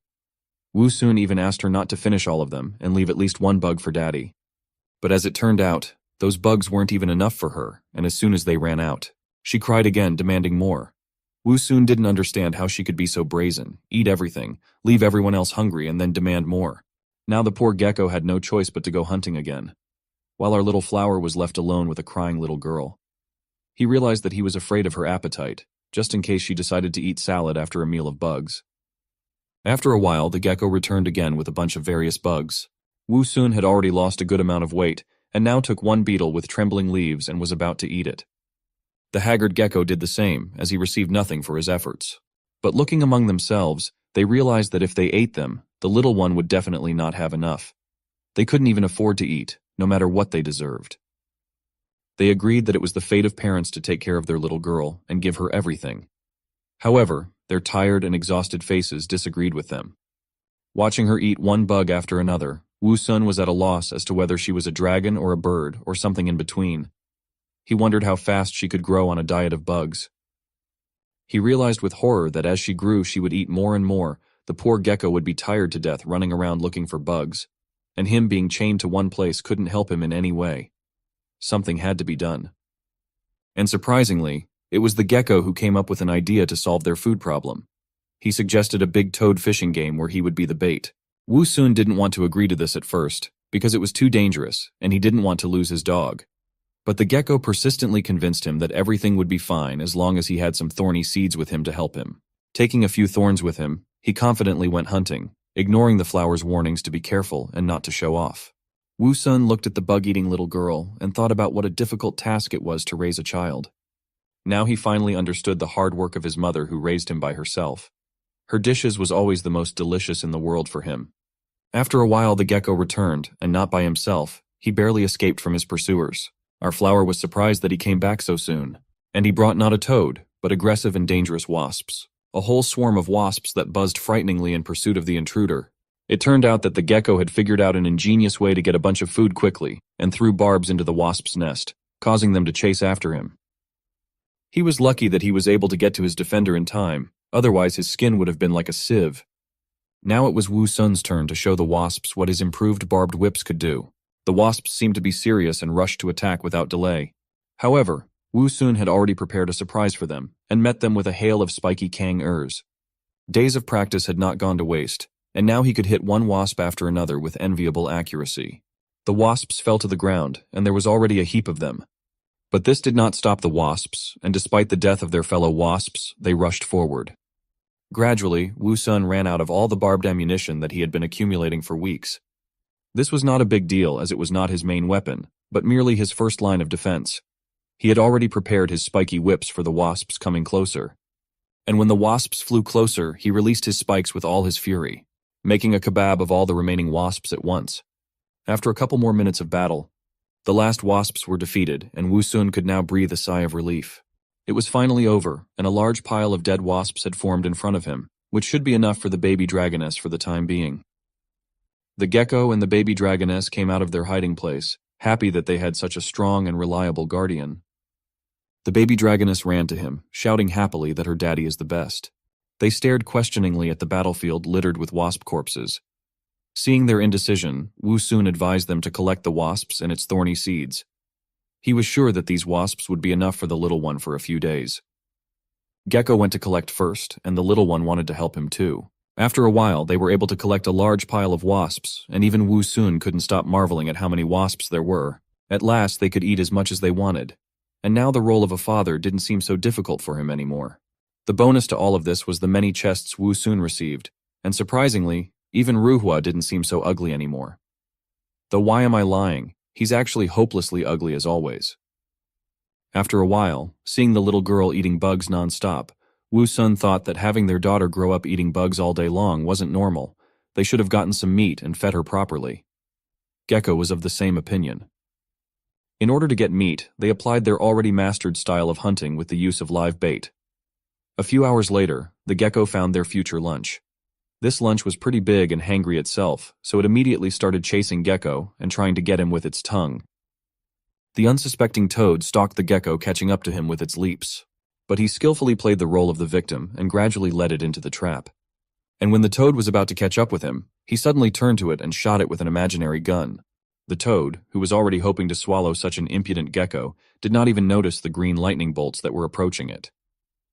It didn't even have time to squawk when the barbed whips bounded in a dead grip, and with one swift sweep of another whip. Wu Sun ended her suffering, and black toad blood splattered in all directions, and her dead body hung helplessly among the thorns.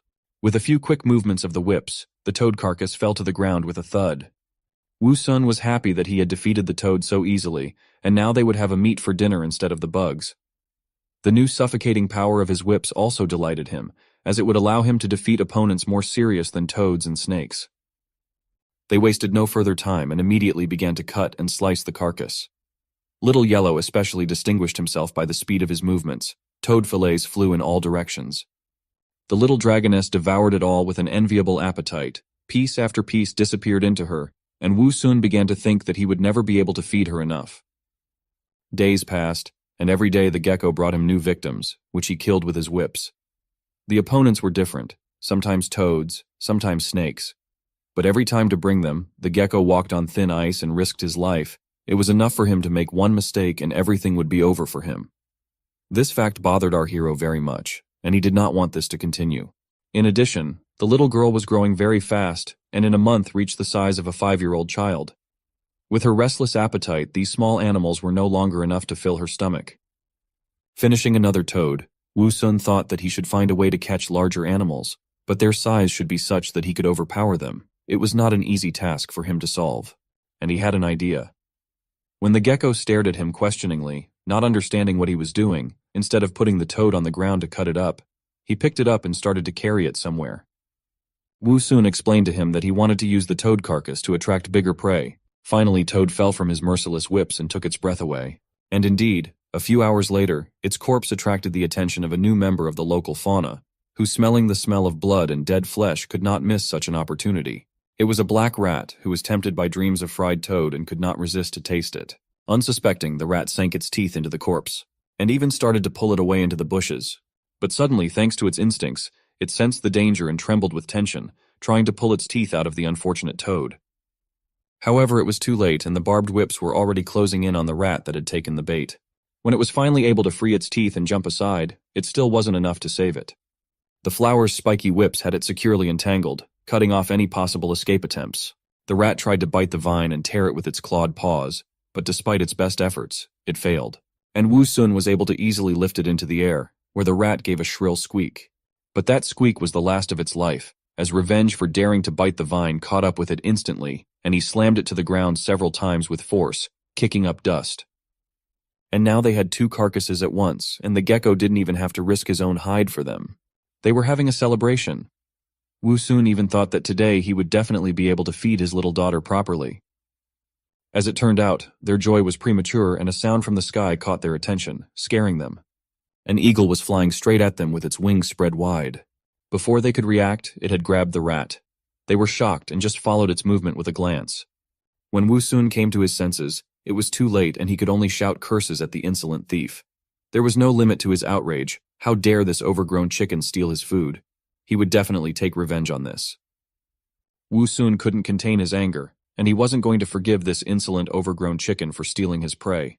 He shouted at the flying eagle to come back, damn it, simultaneously trying to hit it with barbs, hurling them one after another.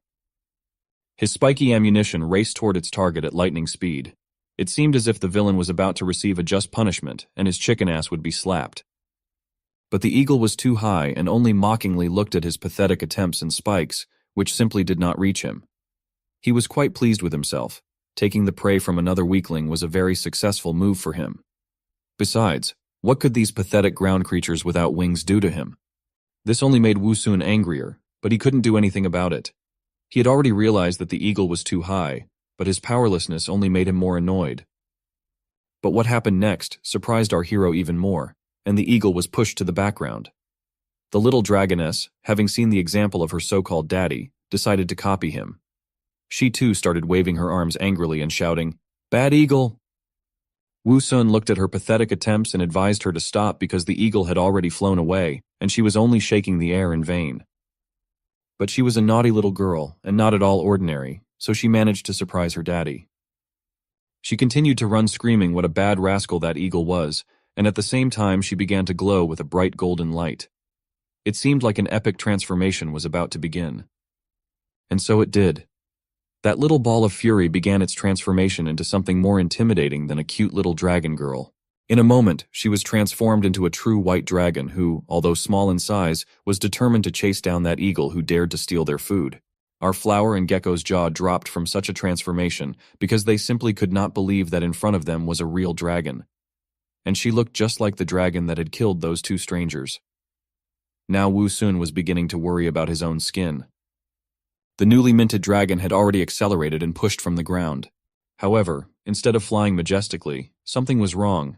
The dragoness could not control its wings and tail properly and could barely stay in the air. Covered in sweat, she was shivering, and there was only one outcome to her convulsive movements. The dragoness finally realized with horror that she would not fly so long, and a kiss with the ground was waiting for her. And so it happened. As she accelerated after her flight, she landed painfully back on the ground, plowing the ground with her face.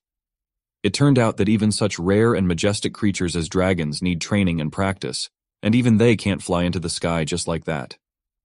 Watching all this, our flower and gecko didn't know how to react. Now their clearing was like a battlefield, and dust was rising from it in all directions. Wu Sun, however, realized that it was because it was her first time flying, and that she lacked basic skills and would definitely learn everything in future.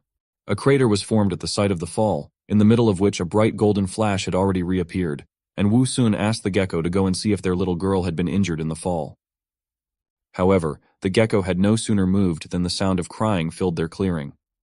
The little girl was crying as hard as she could and was already on her way to Daddy. All the simple dreams of the poor girl had been shattered, and now she had to be calmed down immediately. Because now the little girl was running around the clearing with screams and crying, complaining to her daddy how much it hurts her.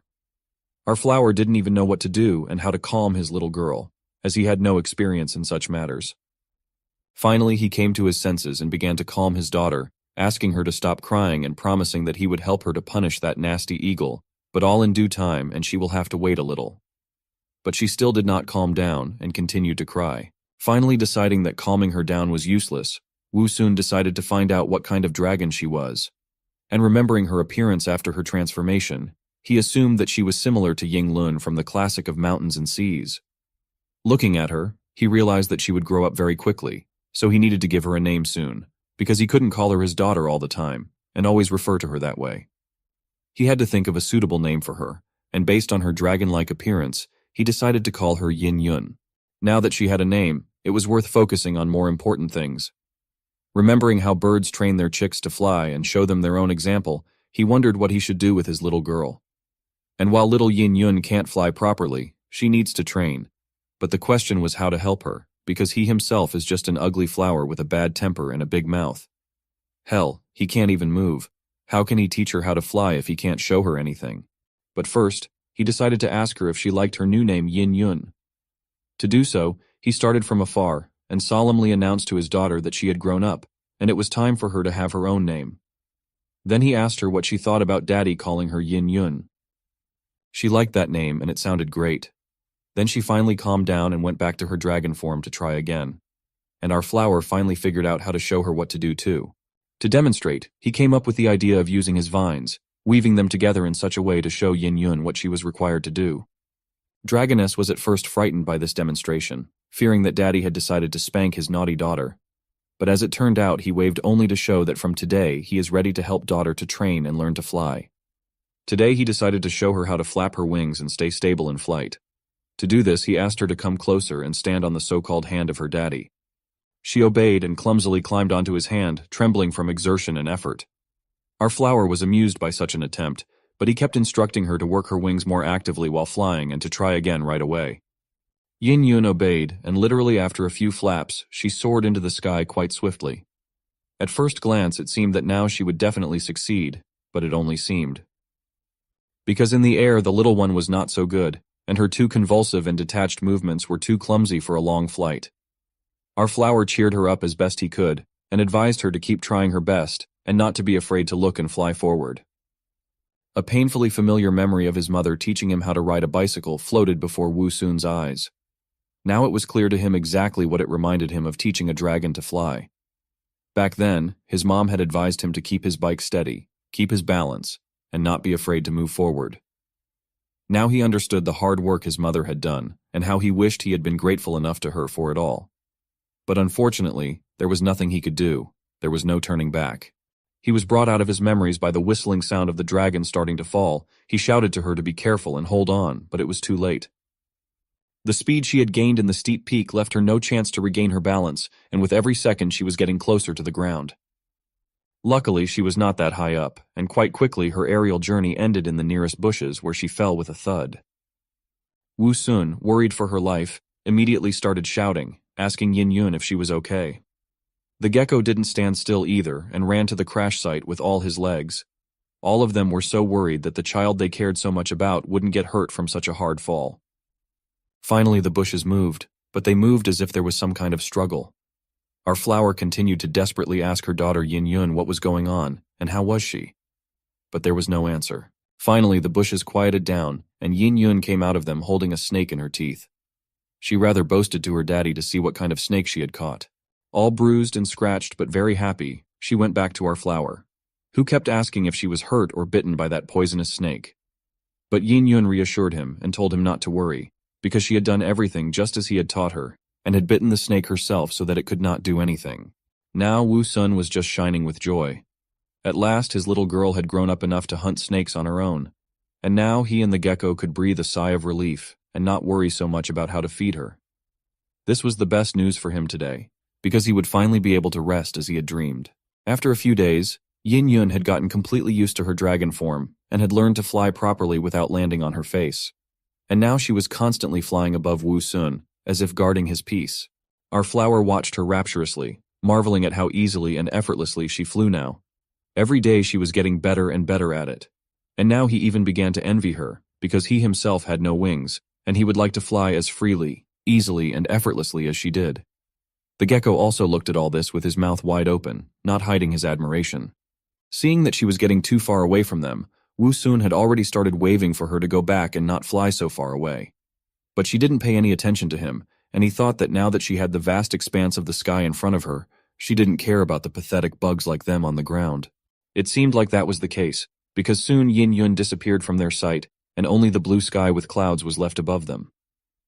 Now they had no words to express their disappointment at how they had been shamelessly abandoned. How dare she just fly off into the distance and not even thank them for everything? After 5 minutes, they finally came out of their daze, and Wu Sun awkwardly asked the gecko if he thought that she had flown to find her birth mother and now abandoned them forever. All he got in response was silence and the howling of the wind. And so another 20 minutes passed in silence, and our flower was only more convinced that his guesses were correct, since she still has not returned. He thought how quickly she'd grown up and left him. I guess parents feel the same way when their kids leave and go off to college. When he was almost completely desperate, a winged silhouette suddenly appeared in the sky in the distance. When they saw it, they glowed with happiness, and it was their little girl Yin Yun who had decided to return. But looking closer, all their joy faded away and was replaced by fear and tension. It wasn't their little girl at all, but that damn eagle. Our flower did not understand why he came back. There was nothing to steal. Did he really want to chew on the roots? But it was not like that. It seemed that the eagle was in a panic and was running away from someone. And the reason was right behind him and gradually approaching him. It was Yin Yun, who was very serious and had actually flown specifically to find this eagle and pluck its feathers. Seeing her return, Wu Sun glowed with happiness and said that he had always known that little Yin Yun would never leave her old father alone. He also marveled at how vindictive she was, that she went looking for trouble with that eagle no matter what. Daddy's girl, well done. Taking advantage of the fact that the eagle was heading towards him, our hero was able to successfully make several accurate shots. The eagle was hit and stunned. Losing its feathers, it involuntarily began to fall to the ground. Wu Sun marveled at how clever his daughter was, for she had deliberately sent the brazen eagle towards them. It was not an easy opponent, so teamwork was necessary. Although the enemy was hit, it was not enough, because he had already had time to come to his senses and continue to run away. However, our hero did not plan to just let him go. In addition, he was eager to try out and practice a new skill. In the next instant, dozens of spiky seeds soared into the sky and headed towards the eagle at a great speed. Although our hero was not a sniper in his past life, but it seems that his skills were successfully trained. After all, it was very difficult to explain his accuracy in any other way. Once again receiving a hit for his crimes, the eagle screamed in pain. But as it turned out a moment later, the thorns were not the only and not the worst of his problem. There was hardly anything scarier than a dragon's big clawed paw about to grab you by the head. Already in the next moment happened what seemed to be to end the eagle forever. Our little girl had successfully managed to grab him. But as it turned out, everything was not so simple, and the eagle turned out to be even more unpredictable opponent than they expected. Even as he fought the dragon, he wasn't about to give up. In the next instant, he bit Yin Yun's finger with its strong beak. Our little girl wasn't prepared for this. After all, she was just a small child. When she felt the pain, she immediately cried out painfully and let go of the bird. The eagle was surprised that his resistance had worked. Before he could recover from the shock, he began to fall to the ground, losing his feathers. In any other case, he would probably have recovered in time to take off. But this time everything was much more difficult, because at the bottom of the eagle was waiting for the barbed whips of our hero, which immediately rushed straight to him. Although our little girl did not manage to completely defeat the eagle, there was no point in worrying about it. After all, Daddy was there to solve his daughter's problems. The eagle, who at some point already believed in his salvation, at the sight of barbed whips, realized that he was a fool. After all, there was nothing scarier than an angry father. In the next instant, Wu Sun was already shouting fiercely that it was for daring to peck his daughter, stamping the eagle into the ground. From the force with which he hit it, and the explosion that occurred, it was safe to say that our hero was indeed very angry. As soon as the dust from the impact began to settle, our heroes saw the eagle lying motionless on the ground, which appeared to be dead. Since victory was theirs, Yin Yun rushed towards our flower with a bright smile. She was very happy that she was also able to contribute, and happily declared that she already can and knew how to hunt. Wu Sun himself was very proud and happy for his daughter. Patting her head, he said that she had really grown up and could hunt on her own. Receiving her daddy's praise, the little girl happily purred with pleasure. Since they had managed to defeat a difficult enemy, Wu Sun decided to celebrate. Hearing this, the gecko and the little dragoness were very happy, as it was the first time they were going to taste poultry meat, and it surely would be very delicious. Time flew by, and a whole month had passed since the eagle hunt. Every time he looked at how much and what kind of prey Yin Yun brought, Wu Sun could not help but be convinced that his daughter had grown a lot. She was now looks like a 10-year-old child, but as it turned out, she liked her dragon appearance better. In addition, now she went hunting every day, so the gecko no longer had to risk his life and be the bait. Bringing in her prey once again, the little girl proudly reported on her progress.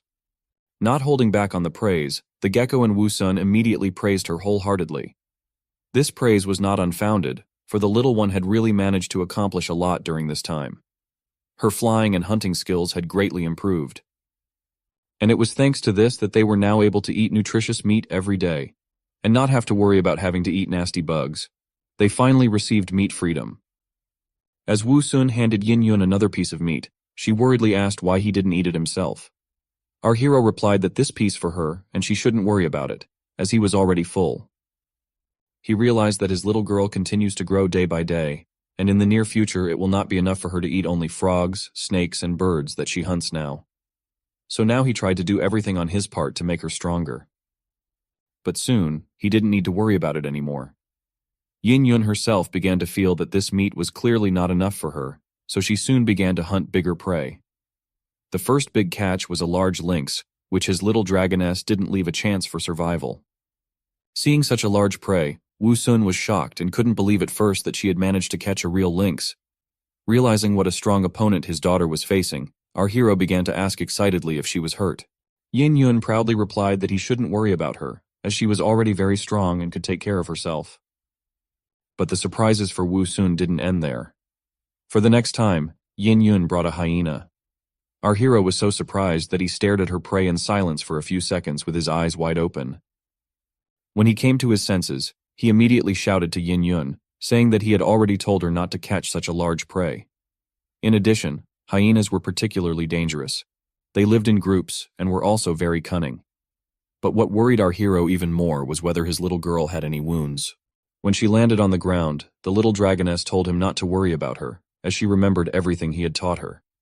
She added that she had followed his teachings and attacked the hyena when it was alone. However, as soon as she came closer, our hero immediately noticed a bleeding claw wound on her leg. Like a real caring father, he immediately told her to come over so he could examine the wound. Examining the wound, he asked about what had happened. Yin Yun immediately began to reassure her caring daddy.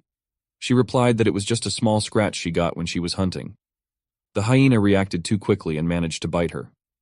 After listening to her, Wu Sun replied that it isn't minor injury, and wound is still bleeding. Although Yin Yun was a dragon, she was still very young and inexperienced. Therefore, our flower couldn't help but feel worried. Besides, when hunting large prey, she didn't always manage to kill it with a single strike. She had to grab it and throw it down from a height. This was a risk because the prey, even when clawed, could fight back and hurt her very badly. He immediately remembered how he himself had come home as a child with scratches from falls, and every time his mom was treated his wounds and told him to be careful. But he was a kid at the time, and he wanted to do what everyone else was doing and jump from the flower beds. His mom understood that, so instead of banning him from playing completely, she decided to teach him how to land properly. So that he could minimize the damage from the fall, she taught him that he should bend his legs, keep his body's center of gravity downward, and imagine himself as a spring when landing. Also, he should try to be flexible and supple. To which Wu Sun happily and enthusiastically replied that he got it and would follow this advice. Now looking at the wound on his daughter's leg, he saw that it had already stopped bleeding and was beginning to heal. When he saw this, he was once again convinced that she was worthy of the title of mythical beast, because she had the same strong healing properties. However, even that couldn't completely guarantee her safety. And so he definitely needed to teach her some methods of hunting and defense, so that in difficult moments she could protect herself. Just like his mother had taught him as a child. But the problem was that he didn't know how he could teach Yin Yun how to hunt. After all, he wasn't a flying dragon and couldn't show her how to hunt. And he didn't know how to hunt like a real adult dragon. At that moment, our hero realized that being a father was a really hard task. However, even in the most difficult moments, our genius flower always found a way out. And this time was no exception, because soon a great idea came into his head. Even though Wu Sun didn't know how the dragons hunted here, he was an immigrant from another world, and he knew one thing. The safest way to launch an airstrike is to drop bombs and launch projectiles. The very next moment, he set about implementing his plan to train his little girl. Turning to the perplexed Yin Yun, he told her to bring a large rock with which she could fly freely. Gecko, on the other hand, he ordered to draw a large enough cross on the ground. Armed with the broken bone, the gecko successfully completed his task. Everything was ready for training. As soon as he finished, Wu Sun immediately shouted to him to run away, which he did in a hurry. A moment later, the majestic silhouette of a dragon appeared in the sky. After finding the right stone, Yin Yun returned back. Wu Sun immediately started giving her instructions on what to do. He explained that she had to aim first, then swoop down on the mark and throw the stone at it. Although it was not an easy task, Yin Yun had no choice. After all, in order to hunt safely, she needed these skills. Therefore, after concentrating and aiming, she released the stone. Once in the air, it flew towards the ground, and hit the ground with a loud rumble. However, as expected, she failed to hit the cross for the first time. It was not surprising, as such precision required a lot of training. But unlike her daughter who thought it was a failure, Wu Sun was delighted and proud of her achievement, because even though it was her first throw, she almost hit the target. She was training much faster than he was, and the title of Lizard Outliner Master would definitely stay with him. But she couldn't stop there. So our hero said she should keep practicing. And first, she'd have to learn how to hit fixed targets, and then move on to moving targets. And when she can hit every target without a problem, she'll be considered a godly pitcher. Half a month later, a pack of hyenas snoozed peacefully in the desert landscape, unsuspecting of anything. And they were dozing for a reason. The nibbled remains of a carcass nearby told that they had had a big meal not long ago. One of the hyenas was yawning sweetly, and life suited it just fine, until the moment everything changed. And a whistling sound from above made the hyena raise its head up, its instincts telling it that it was in danger. But when it saw the boulder flying directly at it, the hyena was stunned and didn't understand what was happening or what to do. It is not every day that hyenas are hit in the head by boulders, and its reaction was expected. In a moment, the hyena was finished and only blood spattered from under the stone. The rest of the pack of hyenas immediately ran away raising dust. The unlucky one who had been hit on the head with a stone finally lost his spirit. His carcass was immediately grabbed by large white claws and dragged upwards. It was little Yin Yun, who had grown a lot in the past half a month. Children always grow fast, but dragons were much faster. Right now, she was happy with how she had done. How epic she had crushed that hyena with a rock, all thanks to her daddy who had advised her on such a really effective hunting method. Using this stealthy attack method, Yin Yun didn't have to worry about scaring the hyena pack early, and she could catch the hyena that she liked without worrying of being bitten. As she was heading back to her daddy with her prey, something on the ground caught her attention, and she wondered what it was. Just beneath her lay the scattered remains of two skeletons and their humble belongings that the wild beasts were not interested in, unlike their flesh. Amidst all of this, a sword with a golden hilt stood out in particular. Yin Yun herself didn't quite understand what it was, but its shiny appearance did not leave her indifferent. As we all know, dragons love golden trinkets. Looking closer, she assumed it must be a human weapon, a sword her daddy had once told her about. She also remembered that her daddy was always playing with that broken arrow, and he would surely love it if she brought him something like that sword. So putting all her doubts aside, she decided to pick it up and give it to her daddy to make him happy. Swooping down, she grabbed the sword and flew home. Carrying the sword and the hyena carcass at the same time was not an easy task, but she managed, and the carcass fell not somewhere in the field, but right next to our flower, who immediately appreciated her good work. A direct hit to the head, instantly fatal. The once little Yin Yun was now truly a godlike pitcher. This was especially impressive to the gecko, who couldn't wait to taste the hyena. Finally, the gigantic Yin Yun figure itself landed not far away, and once again Wu Sun couldn't stop marveling at how fast the little dragoness was growing. In less than 3 months, she had already become so big. and not just in dragon form, but in a human-like form as well. Enveloped in a golden glow, she began to transform into a young girl already. The light was bright and nothing could be seen. A glance at the form of this light was enough for our flower to make his eyes widen with embarrassment, but he was unable to look away. Moreover, in her human form, she had already become a tall, beautiful, and sexy young lady, the appearance of which left no one in this clearing and not only indifferent. It was hard to describe how harmoniously the features of a draconic and a human girl were combined in her. She was simply perfect. And as soon as the transformation was complete, she immediately rushed to her beloved daddy with a hug, shouting happily, "Daddy, I'm back!" As she hugged and shook her so-called daddy, she kept repeating how effective the hunting method he had taught her had been. In her opinion, she had the best daddy in the world. But the flower, still embarrassed by what she had seen, was not so happy about such a strong embrace. And in his usual disgruntled and grumpy tone, he asked her to be careful, because if she didn't stop, Daddy's old waist was about to break. Despite his shouting, he was quite pleased with her behavior, because if you think about it, it's not so bad when a beautiful girl hugs you like that. Come to think of it, he had never been so close to a girl before. Suddenly this whole train of thought was interrupted when he realized that it wasn't right at all. Why was he suddenly thinking this way? She's his so-called daughter. As soon as he came to his senses, he freed himself from her embrace, and furiously began to explain to his daughter that she had already become a young lady, and now she couldn't hug her daddy like she was used to before. Yin Yun herself didn't understand what had happened and what she had done wrong, so she asked why she couldn't hug her beloved daddy. He himself was not an expert in this matter, as well as in most other matters that concerned fatherhood, but still he tried to explain to her that when daughters grow up, they avoid their fathers just as sons when they grow up avoid their mothers in certain cases and circumstances. Hearing this, she of course didn't understand anything, and with eyes full of tears asked Daddy why he was suddenly so furious if Yin Yun herself hadn't done anything wrong. Now Wu Sun had to awkwardly ask his little girl not to cry. After all, he didn't mean to be cruel, and he doesn't take offense at her. She should just remember Daddy's words and not do it again from now on. The sword that Yin Yun had brought, which had been in the bushes all this time, came in handy to defuse the situation and change the subject. Now Wu Sun grabbed this opportunity and asked his daughter what gift she had brought for her daddy. Yin Yun immediately cheered up and proudly announced that she had brought a big sword, and she had hidden the sword in the bushes to surprise Daddy. The only thing she was wondering now was whether Daddy would like the sword. Our flower was not stupid and assured her that he'll like it, as long as it's a gift from his sweetie.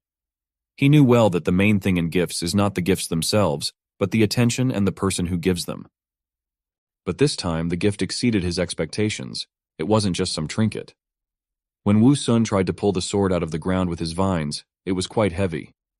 That didn't stop our hero, though, and he put in a lot of effort to see what kind of sword it was. He finally succeeded and raised the sword above him, looking it over and recognizing that it looked good. The sword was shaking and looked like it was about to fall, so the dragoness and especially the gecko tried to keep a safe distance. Wu Sun took a closer look at the sword and realized that it belonged to those two men who had come to the clearing a few months ago and had fallen victim to the dragoness from whom they had stolen the egg. That meant that there might be something else useful in that place. So our flower asked Yin Yun where she found the sword. And wasn't there anything else there? It seemed to him that those adventurers must have had a bunch of useful things with them. Yin Yun, recalling what she had seen, replied that there were two human skeletons at the foot of the mountain and a sword lying right in the middle of them. Besides the sword, there was also a small shovel, two backpacks, and a dagger. At the end, she wondered if Daddy wanted her to bring him all those things. After thinking about it, Wu Sun decided that he only wanted the shovel and the dagger, and he didn't need the rest of the junk. Yin Yun was happy to help and promised to bring everything tomorrow after the hunt. In all of this, only one thing gloomed the beautiful sunny day for our hero. Those two skeletons were probably the ones who stole the egg from the dragoness, and he himself had a hand in killing them. The thought that because of him, living people had died did not give him any peace. But watching Yin Yun running merrily through the clearing with the gecko, he came to the conclusion that he had no other choice, as the danger threatened not only himself, but also his so-called daughter. Who knows what those people planned to do with the egg after they stole it? Yin Yun was probably in danger. She could be eaten or let her hatch and then enslaved. Any of the possible outcomes was sad for her, so all of his actions were right. People just didn't leave him any other option, and if he could choose again, he would still take them out without regrets. However, he still had to decide what to do with the sword that was too heavy for him and kept falling out of his vines. Our flower was getting tired after just a few swings of this heavy sword, and this was even though he was using 2 vines at once to hold it and swing it. Last time, even a simple operation like pulling a man's leg had barely worked for him, with his vines snapping at the seams and nearly tearing.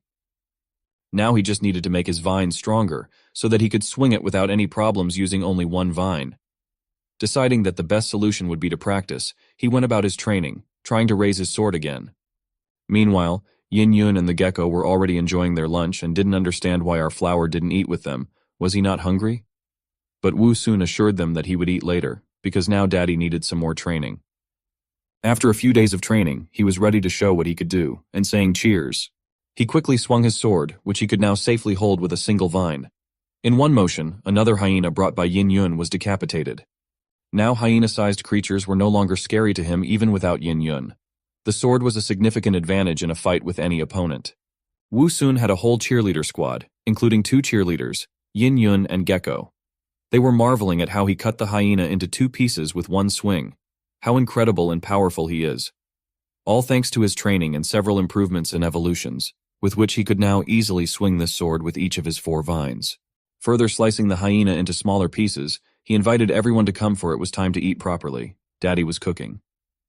Wu Sun decided that it was cool to use the sword as a kitchen knife, but it was even better to hide it in the bushes and use it as an ace up his sleeve in case of an emergency. If some humans or other large animals show up nearby and decide it's a good idea to pick the odd flower, he can catch them off guard and slay them. Thanks to a heavy diet of hyenas and other smaller local fauna, our hero was able to accumulate 5 mystical chests, each requiring 10000 evolution points to open, as Ruhua kept reminding him. Judging by his appearance, the way he congratulated our hero on receiving the chests looked not sincere, but Wu Sun had long ago stopped paying attention to this ugly system spirit and continued to quietly enjoy the meal. It was only when they had all eaten that he decided to open a few boxes, but he didn't want to choose one himself and entrusted the choice of 1 chest to Gecko and the other to Yin Yun. It was time to test their luck and knowledge of arithmetic. Each of them had to choose 1 number from 1 to 5 and tell about their choice. Watching the behavior of our flower Yin Yun kept wondering why every time after meals Daddy always plays arithmetic games with them, after which he is either delighted or upset and argues with the air. In short, he behaved as strangely as possible, even for a flower with a bad temper. But it didn't matter to her. As long as her daddy was happy, she was willing to play his weird games. This time she chose the number 5, and the gecko chose 2. Then at the command of our flower, Ruhua opened the chests numbered 2 and 5. What will Wu Sun drop out today? A useful improvement or another piece of junk? In the next instant, Ruhua solemnly announced the opening of the 5th chest. A bright golden light poured from it as usual. The system immediately congratulated our hero for obtaining a B-class plant gene. As it turned out, it was the same gene he already had. The system immediately detected this and offered 2 options to improve the gene he already had. The first option was to improve the strength and power of the thorns he threw out, while the second option gave him the ability to increase their number. After all, at the moment he could only use a limited amount per day. Although it wasn't a particularly difficult choice, Wu Sun couldn't help but ponder. In the end, he still came to the conclusion that the best solution was to increase the strength of Kang Air. He immediately informed the system spirit of his decision, to which the system spirit enthusiastically said that it would fuse. A moment later, our hero shone with a bright light, which meant that the fusion was successful. The system window reappeared in front of our hero, but there was no new information for him. So he told Ruhua to open the next chest. Unlike the last chest, this time Wu Sun had a new gene called the grape plant gene, which was a C-class gene. It was a grapevine, which was one of the oldest fruit tree species in the world, and was known for its nutritional value. However, it was not this information that interested our hero. When he saw the information that the fusion was to take place with a portion of the fruit, he wondered what it could mean. Ruhua immediately explained that it meant that he would be able to blossom and bear fruit. After the fusion, he would be able to spend a certain number of evolution points to grow grapefruit. Hearing that he would also have to spend points, Wu Sun became even more dejected. However, the system spirit had great news. He said that the fruit not only had a great flavor, but also had the effects of healing, blood recovery, and enhancing the related buffs. In addition, he could not only eat it himself, but also share it with others. This information pleased our hero very much. After all, now he could not only take care of himself, but also heal his fellows. He immediately shouted enthusiastically to Ruhua to start the fusion. A moment later, he had a new gene in his arsenal, which, according to the information in the system window, allowed him to produce a clean bunch of grapes at a low cost. Not only was it full of nutrients, but it also increased blood regeneration by 15%. The note said that if it was dried and made into raisins, it could be used to brew a bottle of 1982 Lafite.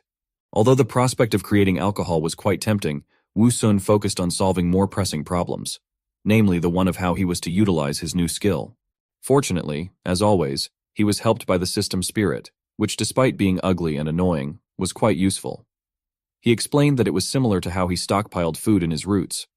Then he just had to mentally visualize that he wanted to bloom and bear fruit. Following his advice, our hero tried to concentrate and imagine that he wanted to blossom and bear fruit. In the next moment, a system window appeared in front of our hero, informing him that the price for a bunch of grapes would be 5,000 evolution points. Wu Sun was horrified by such a huge price, and even considered not doing so. However, his system spirit immediately began to convince him that it was worth it. For now, grapes were available to him, but he would surely have more options in the future. Besides, the price of 5,000 points wasn't that much if it could save someone's life. With this, our hero couldn't help but agree. Having finally made up his mind, Wu Sun applied the skill. The very next moment, he found that his vine leaves began to grow. A short while later, his vines began to bloom. Everything was happening so fast that our hero didn't even have time to notice how green bunches of grapes appeared, which almost immediately turned into bunches of juicy and ripe grapes. Yin Yun and Gecko were really amazed at how quickly everything happened. Wu Sun was more pleased than surprised, because if he could save up enough evolution points, he could open a winery. However, there was a disadvantage, because the bunches were so heavy that it was difficult for him to even lift his head. However, this problem did not compare to the possible benefits of the grapes. And since our hero finally managed to grow it, it was time to try what he got. After all, it was necessary to decide whether he should continue to do it. As it turned out, it tasted pretty good, so he immediately offered it to Yin Yun and Gecko. As expected, they also liked the flavor very much. You could tell from their faces that they could keep eating it forever. But our hero was not only concerned about the taste, but also about the promised effects. So he immediately asked the gecko and daughter if they felt anything special after eating the grapes. However, as it turned out, other than the great taste, they didn't notice anything. Hearing this, Wu Sun speculated that the lack of any effects was possibly because they had no injuries. Under normal circumstances, however, it was just an ordinary fruit that only differed from the ordinary fruit by its great cost. Our hero, on the other hand, was comforted by the thought that he would be able to grow other fruits in the future once he obtained the right genes. But as soon as Wu Sun imagined that a huge durian fruit would grow on his head, he thought about the safety of his life. However, he decided to save those thoughts for later, because he wouldn't be able to grow a durian now anyway. Besides, by the time he could, he would most likely be much stronger already. After a while, Yin Yun returned home from another hunt, bringing 2 hyenas with her.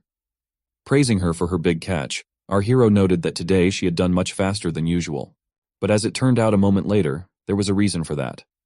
The dragoness in a panic told that on the way back, she saw 5 people on the other side of the mountain. This was not good news for our hero, because after what happened, he had no desire to encounter people in this world. At least now.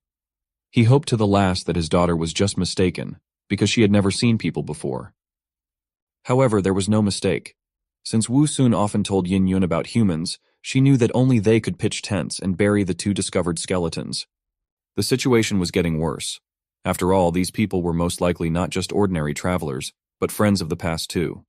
And since their friends had been killed, they were clearly determined to find those responsible. Our hero immediately asked Yin Yun if the people had discovered her. In response, she shook her head negatively and said that she was flying very high. This was good news, however. There was still danger. Therefore, Wu Sun immediately told his daughter not to go hunting on this side of the mountain in the future. After all, if she was spotted and hunted down, it wouldn't end well. Although Yin Yun didn't fully understand the danger that people could pose, she obediently replied that she would do so. Our hero realized that they would most likely encounter humans sooner or later, so he immediately cut up the meat and called the gecko and his daughter to eat. After all, they would obviously need strength to stand up to the humans. This time, he was determined to have a good meal himself. While everyone was looking at him in bewilderment and trying to figure out what had caused such a disturbance, Wu Sun ordered Ruhua to open all the chests he had. Ruhua complied with his request. However, nothing but doubled points fell out of the chests. This made our hero quite angry, but he couldn't do anything about it. So he ordered the system spirit to set aside 50,000 points and spend the rest on strengthening his leaves, stems, and vines. The enemy was going to reappear sooner or later, and by then he had to have gotten stronger by any means necessary. He had been lucky last time. This time, however, he must have the strength to protect not only himself, but also those he cared about. A few days had passed since then. A large shadow swept over the ground at a great speed. It was Yin Yun, who was scouring the surroundings for prey as usual. However, there was a problem with that lately, as there were no more prey left in this area. And on the other side of the mountain, she couldn't hunt due to her father's prohibition. But as it turned out, even this neighborhood was no longer safe. For even now, there was someone watching her from the ground. It was two men who were watching the dragon flying in the sky from the bushes. Realizing that it was still quite young, they were already beginning to imagine how much money they would receive. All they had to do was wait for the young and inexperienced dragon to fly closer. A moment later, the arrow shot through the air and into the sky. After reaching its target, it stabbed into the wing of the unsuspecting Yin Yun, who let out a painful cry at the same moment. Even though she was a dragon, even an arrow could still cause her very serious damage. Fortunately, she didn't get confused like when she fought with the eagle, and didn't fall to the ground.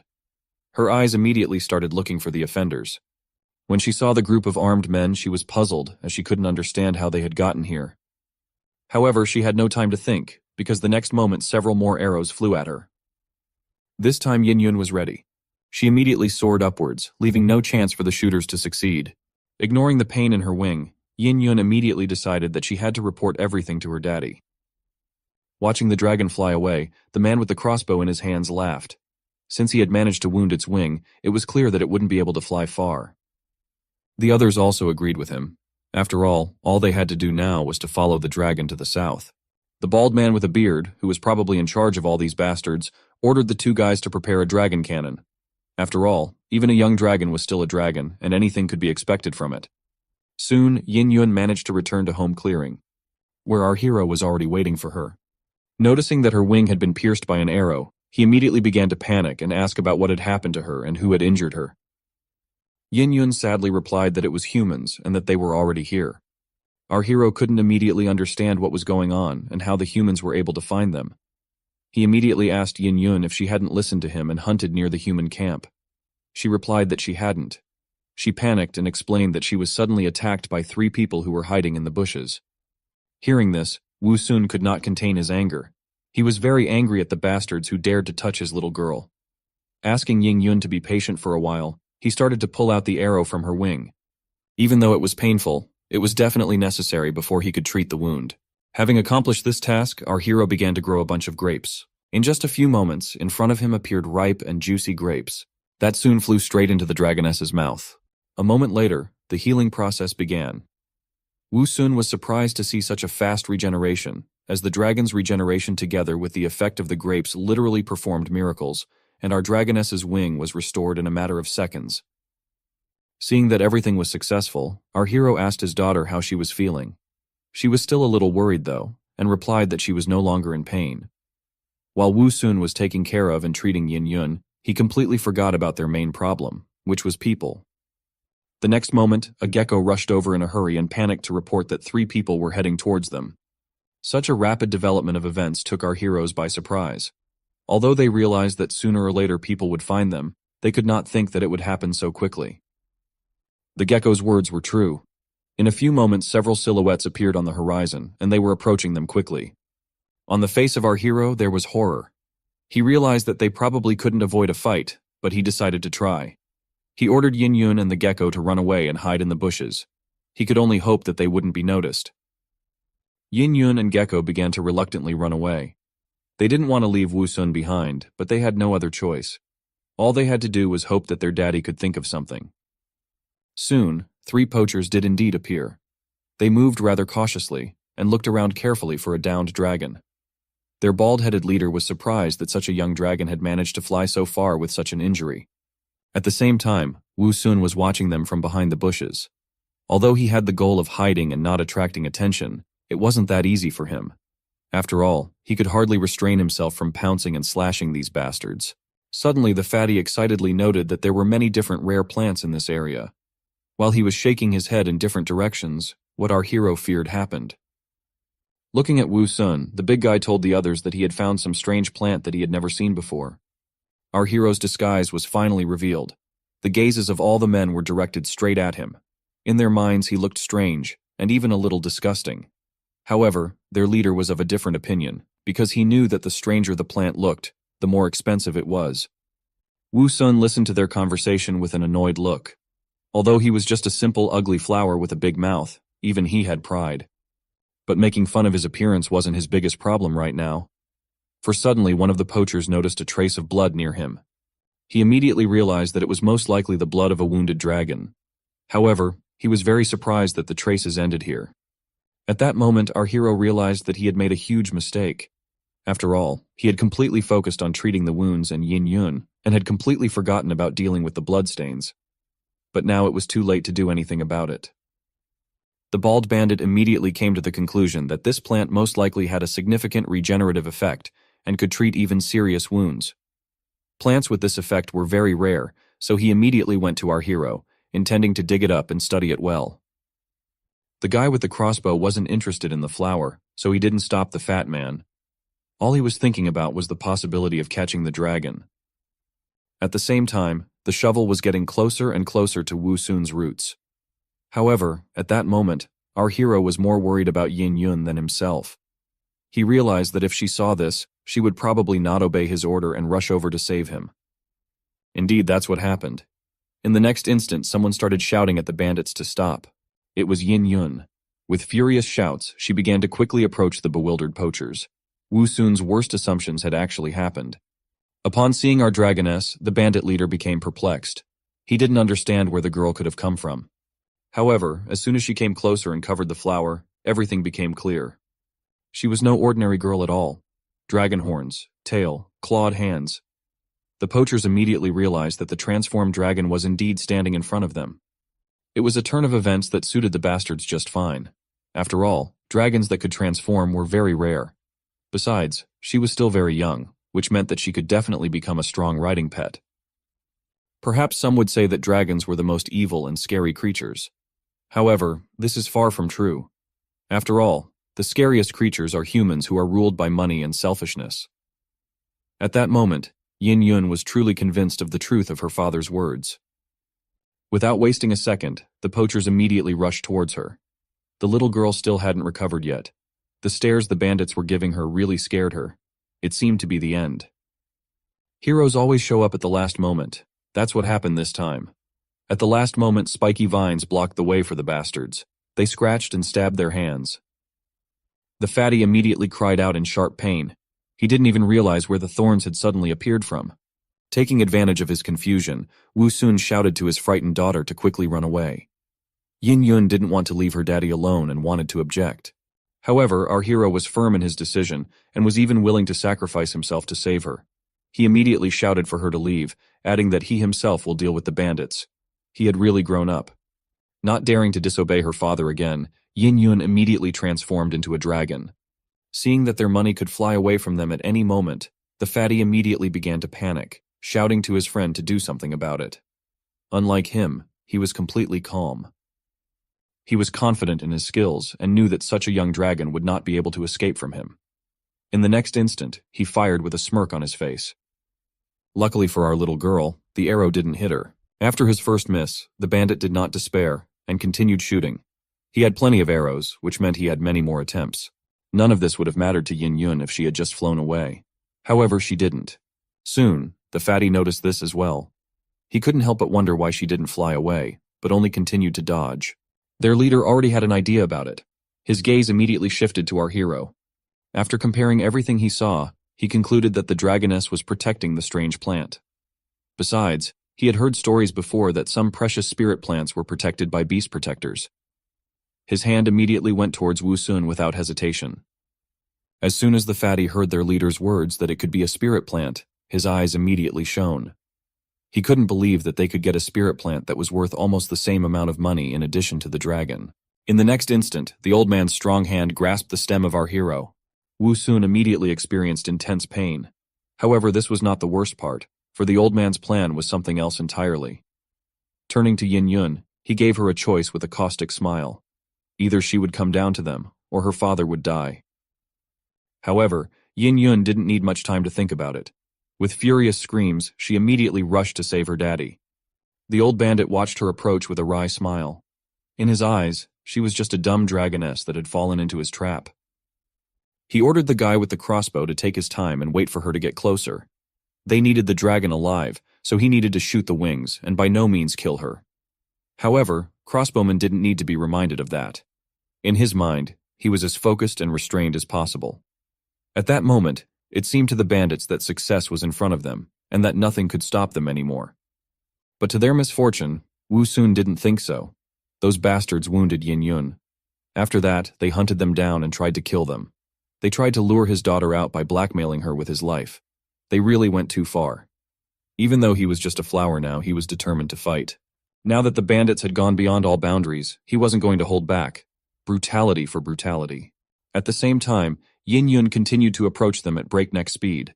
The fire in her eyes made it clear that she was very angry. But it wasn't that simple. After flying close enough, she was within range of the crossbow and became an easy target. Crossbowman was sure he wouldn't miss. The next moment, however, things didn't go according to plan. Suddenly, his arms were wrapped around a strong, spiky vine. The guy was perplexed. He did not understand where they came from and how he could not have noticed them before. But now it was not important to him, because the biggest problem was that the vines began to prevent him from moving. At first they only hindered his movements, but after a while it was as if they had become intelligent and began to guide his movements. At some point the poachers didn't go according to plan. Looking at the arrow aimed at him, the old man tried to understand how everything had turned out so badly. The guy holding the crossbow couldn't resist the vines that were stronger than he was. But this was far from the end. It was just the beginning of the show. A performance of punishment and revenge on the bastards. The trigger had been activated, and not at all by the bandit's will. Yet there was nothing he could do. All he could do was shout in horror to the old man to dodge. But it was too late. There was no chance that human instincts would be enough to dodge a speeding arrow. Judging by the look of horror on the old man's face, he realized it himself. What happened was what was supposed to happen. The released arrow pierced through the old man's chest. However, the bandits never realized who was the real culprit of all this. The guy with the crossbow couldn't believe what had happened. Before his eyes, his leader had fallen dead to the ground, and the worst part was that it seemed to be his fault. Seeing what had happened, the fat man began to swing his sword and angrily asked what he was doing. But the guy himself would have wanted to know how it happened. All he felt was two vines grabbing his hands, and then the irreparable happened. But even that was far from over. And so, shaking with fear, the bandit realized to his horror that something else was approaching him. With horror on his face, he turned around.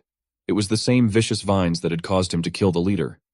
Once he wouldn't have given them any thought, but now the mere sight of them terrified him. The fat man who was watching this was also frightened. Although he had seen many different and unusual plants, this was the first time he had seen a living vine. But the one who had a real problem was his friend. After all, the spiky vines of our hero had already managed to reach his neck. More and more vines began to appear from the ground, which bound the guy more and more tightly. Unable to resist such a force, he fell to the ground exhaustedly. While he was screaming and writhing in pain, Wu Sun said in a cold voice that although he couldn't throw him off the ground as Yin Yun would, he could still strangle him without any problem. The guy's skin went goosebumps.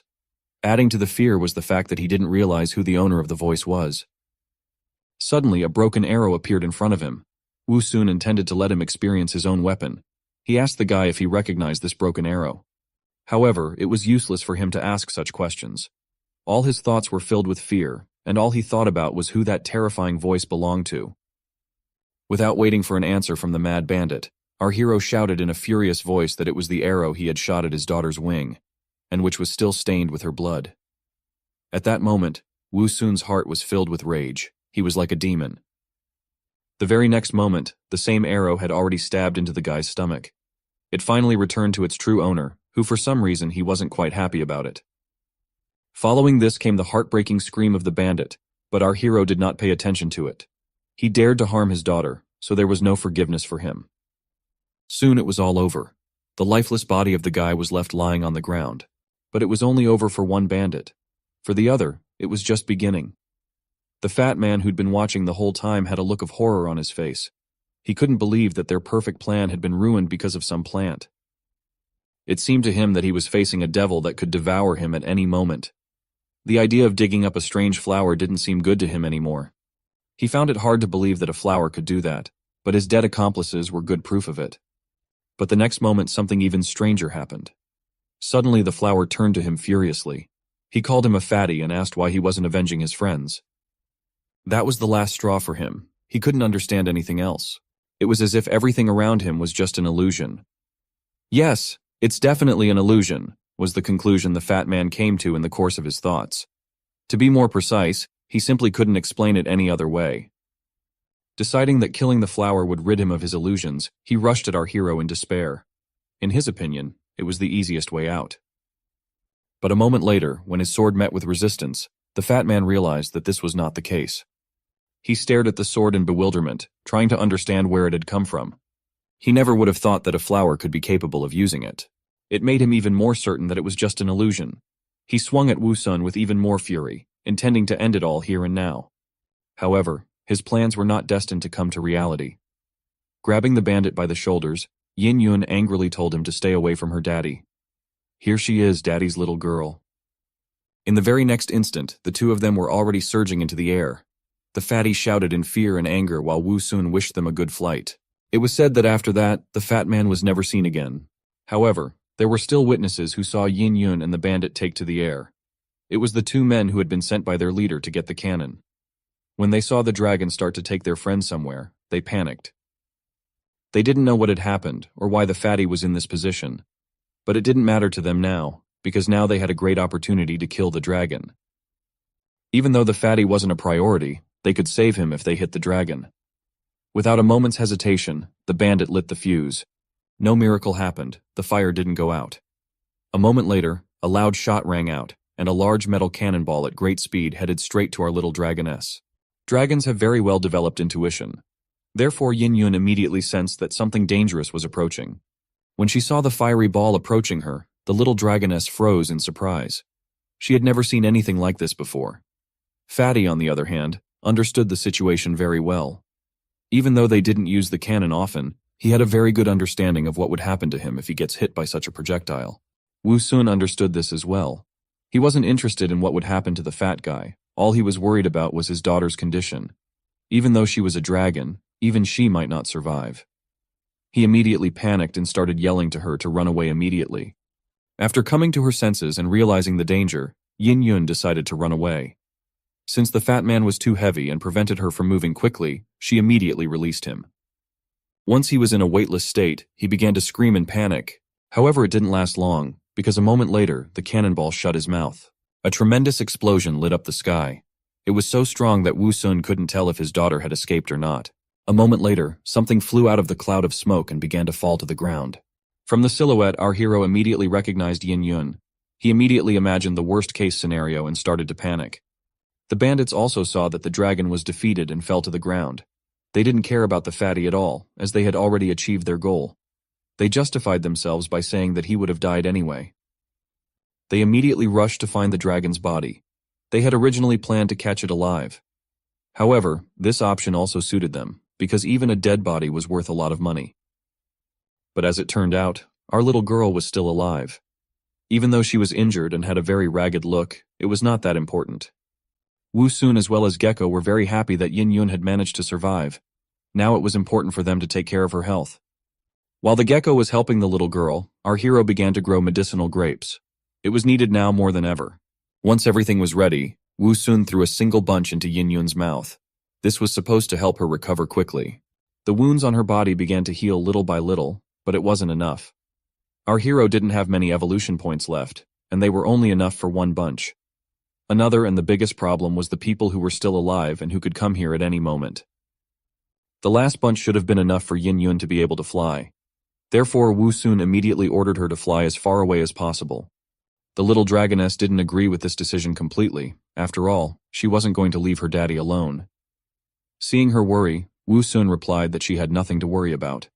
He is just a plant, and would not attract the attention of the hunters who only wanted a dragon. But this time Yin Yun didn't believe his words. She remembered that he had said the same thing the other time, and the bandits ended up capturing him anyway. Now she knew how horrible and greedy people could be. Their conversation went on for a while, but they never settled on anything. At the same time, remaining 2 poachers appeared on the horizon. Although our heroes realized their mistake, but it was too late to change anything.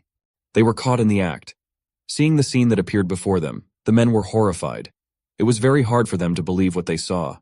The bloody bodies of their comrades lay on the ground in front of them. All of them were dead. Behind them on the ground was a dragoness. The bandits immediately thought that he was the one who had done it. Since the dragoness stayed on the ground for some reason and didn't fly away, they thought it was because it was seriously wounded. The dragoness was still alive, which meant they still had a chance to catch her alive. Though it could be a lot more dangerous, but in their opinion, it might be worth it. Seeing that one of the bandits had pulled out an object that looked like a weapon, Wu Sun immediately ordered Yin Yun to fly away. She didn't want to leave him, but he was relentless. With tears in her eyes, she still agreed, and a moment later, she flew up into the air. The poachers immediately panicked, for they had never thought that the dragon would recover so quickly and run away. But even in this case, they had a plan. Taking out a rifle, the bandit aimed at Yin Yun. He wasn't going to miss this opportunity, and so in the next instant, a shot rang out. What flew out from the barrel of the rifle was no ordinary bullet. It was a special metal net, which was used to catch powerful creatures like dragons alive. Yin Yun sensed the approaching danger, but it was too late. The metal net completely covered her, giving her no chance to do anything. A moment later, she fell to the ground with a clatter. Although the situation was critical, but Wu Sun didn't panic.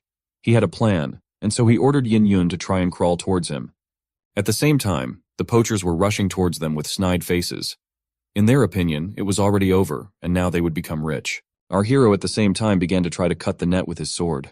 But no matter how hard he tried, the metal mesh would not budge. The situation seemed to be hopeless, because the bandits were almost there. But they didn't really have to worry. Everything was not hopeless at all, and the gecko lurking behind a rock in ambush was proof of that. Holding a sharpened stick in his hands, he resolutely signaled to our hero that he is ready. A villainous smile appeared on Wu Sun's face. Everything was ready, and they only had to wait for their victim to fall into their trap. Turning to Yin Yun, he told her to keep calm. He also added that she should now transform into human form in order to get out from under the net. The bandits, on the other hand, rushed forward full of confidence. They didn't even realize that they were no longer hunters. They were prey. A bone spike pierced the man's foot along with his boot. Having accomplished his treacherous mission, our little yellow ninja hurried away to avoid being smashed. The poachers didn't even bother to look under their feet, which was their critical mistake, for which they paid painfully. Now the poor guy could only hold on to his injured leg and scream, while his partner didn't understand what was going on and how that guy could be so inattentive. While they were distracted, Wu Sun had an opportunity to help his daughter, but with his thorns instead of hands, he was afraid of hurting her, so he didn't dare to take the net off her. He only advised her to transform into her human form and take the chance. During her transformation, a wave of energy appeared, which simply threw the net off her. It was the first time the poachers had seen such a trick and didn't understand what had happened. Looking at the empty net lying aside, they didn't understand where the dragoness they had already caught had gone. The prey that already seemed to be in their hands was gone, but only to suddenly attack these failed hunters from above. The dragoness was gone, but a girl appeared, a very angry and bloodthirsty girl. While still in flight, Yin Yun turned back into a dragon, and now she was going to kill those annoying people. The poacher himself didn't understand since when dragons turned into girls and back again, but he didn't have to guess for long. With her powerful paws, Yin Yun threw the poacher to the ground, leaving him no chance to escape. She was very close to biting off his head, but he managed to dodge and she only clenched her teeth. The poor guy desperately begged his partner to save him, and he didn't leave him in trouble. A poacher with a large two-handed sword swung well and was about to chop off Yin Yun's head. He was close, very close to success, but at the last moment his sword was stopped by another sword. An expression of horror froze on the poacher's face. He didn't understand how. How could this poor flower could wield a sword so skillfully? Wu Sun accomplished his mission and distracted one poacher, giving Yin Yun a chance to deal with the other one. She decided to use a proven method that her real mother had already used. Grabbing the roaring poacher tighter, she began to lift him higher and higher into the sky. And his companion too could not resist his opponent, who simply did not leave him no chance. Our flower even had time to mock his opponent and deliver one blow after another. His vines were too flexible and fast and simply left the man with only two hands no chance. Eventually, one of Wu Sun's blows reached its target, and the blood of his opponent sprinkled the clearing. The wounded poacher would certainly no longer be a threat. The poor man was now shivering in pain and could barely stand on his feet. However, it turned out that he was more surprised not by the fact that he was wounded, but by the fact that this damned flower could talk. The guy didn't seem to have a high level of intelligence because he had made the wrong conclusions and overestimated his strength, especially when he was going to tear that flower demon to pieces. The poacher rushed forward to deliver his strongest blow, but Wu Sun had no problem repelling it and even managed to resent that he wasn't a demon, but an ordinary guy who had been reborn into a flower. Where the poacher lacked strength, he decided to use cunning, and after another unsuccessful attack with a sword prepared a dagger behind his back. He immediately threw it at the flower with a cry of "Die, monster!" Wu Sun was a bit unprepared for this turn of events, and said unhappily that his opponent had no goddamn military ethics if he dared to make such a mean sneak attack. Still, our flower had no problem repelling the dagger with his other sword, and now his look was quite intimidating to the terrified poacher who had already realized that he was dead. Not only this flower had a sword, but now he had two. The poor guy was about to run away, wetting his pants. Especially when Wu Sun gently hinted that he had 4 vines instead of 2. He shouldn't have underestimated the plants. Having frightened and puzzled his enemy properly, our flower decided that it was time to finish and took out of the bushes his next tool, a crossbow. That's where the 2 spare vines came in handy. With a vicious smile, he pointed his trump card up at this terrified enemy. The guy was terrified and his eyes bulged, realizing that this was the end for him, because this damn flower surely could shoot as well as he could wield a sword. In the flower's opinion, those who dared to bomb Yin Yun had no right to live, and the shot from his crossbow was accurate. Deadly accurate. The poor guy didn't even have time to scream before his body fell to the ground in a dead weight. The arrow had hit him in the head, killing him instantly. The same fate befell the other poacher, who after a short flight in Yin Yun's clutches was now testing the laws of physics on his own skin, checking whether the acceleration of free fall is really 9.8 meters per second. Unfortunately, a resounding smack on the ground put an end to his short-lived research, and only a cloud of dust rose into the air. When it dissipated, it was clear that the poor guy had not suffered for long either, and had also died in peace as quickly as his comrade. Yin Yun immediately descended lower and started flying in circles around Wu Sun, congratulating her daddy on his victory. Gecko also ran out from his hiding place in the bushes to celebrate the victory. He kept shouting how powerful the boss and his daughter were. Wu Sun was also happy for the victory, but realized how close they were to defeat, and was having a hard time catching his breath after the battle. He would gladly not participate in such battles anymore. When everyone had calmed down, our flower suggested cleaning up the battlefield and all the corpses so that the smell of blood wouldn't attract any more trouble. Predators, humans, dragons, and anything else could come to the smell of blood. So the corpses definitely needed to be removed.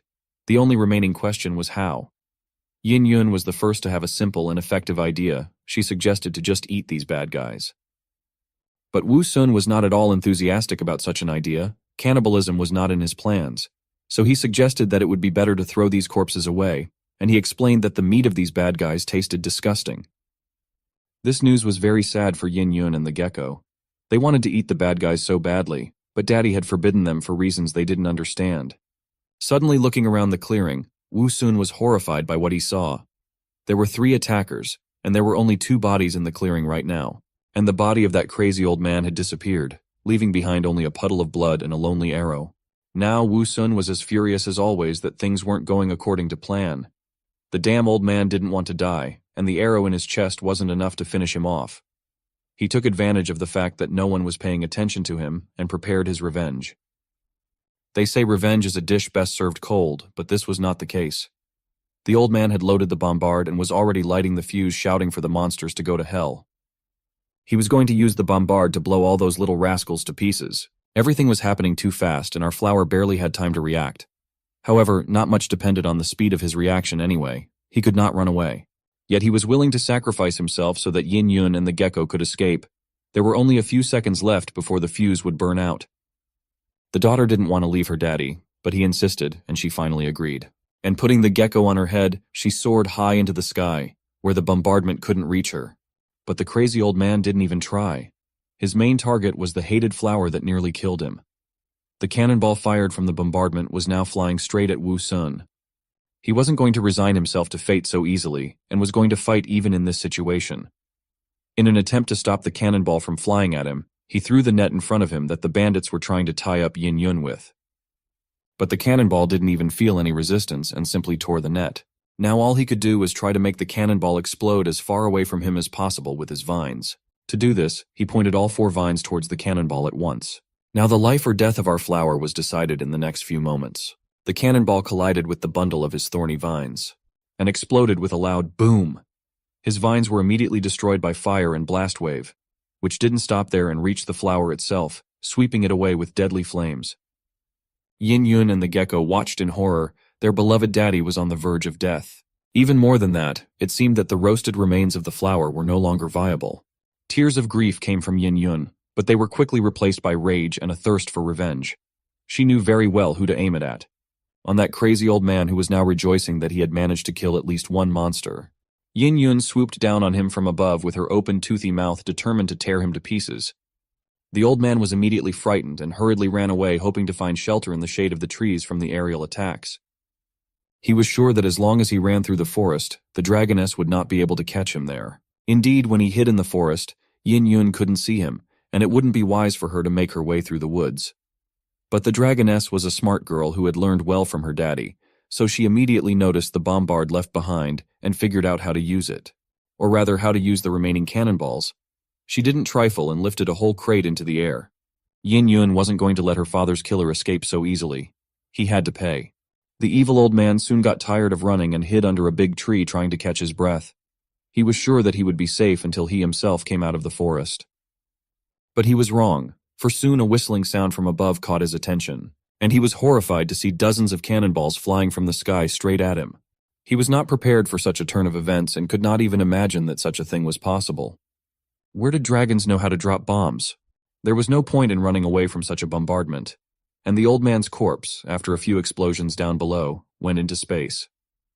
And the forest itself had suffered a lot from the series of explosions that swept away everything in its path. But all of that was nothing compared to the loss of Yin Yun, and the revenge that had been taken could not fill the void left by the death of her beloved daddy. She returned to her human form and bent over his remains.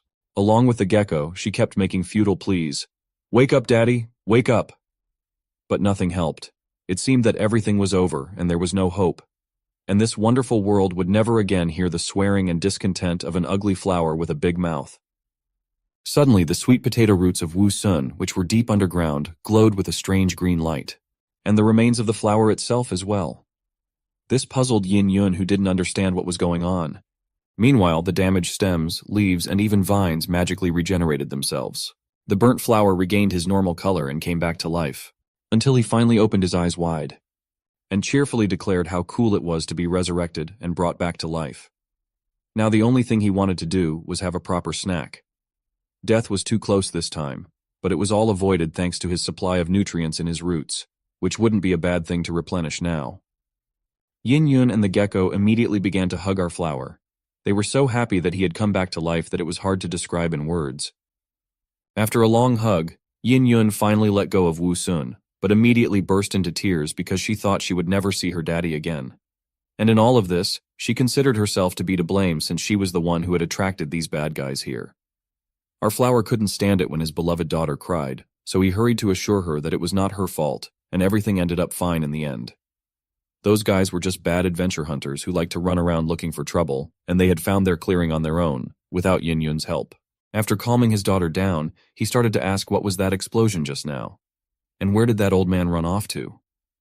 Wu Sun, of course, didn't know what had happened while he was unconscious.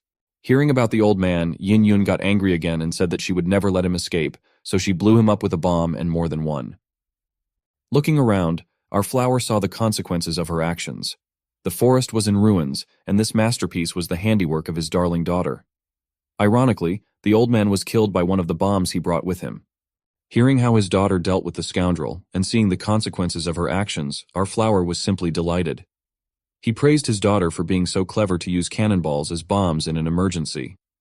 Although he felt a little sorry for the innocent trees and the environment that had been damaged, revenge was far more important. Now, one had to get busy cleaning up the battlefield and the corpses so they wouldn't attract predators. And they also needed to scout around to see if anyone had heard the sounds of explosions and wanted to check it out. They didn't need any more uninvited guests right now. Yin Yun readily agreed to do it. As she moved the corpses away, Wu Sun had a thought.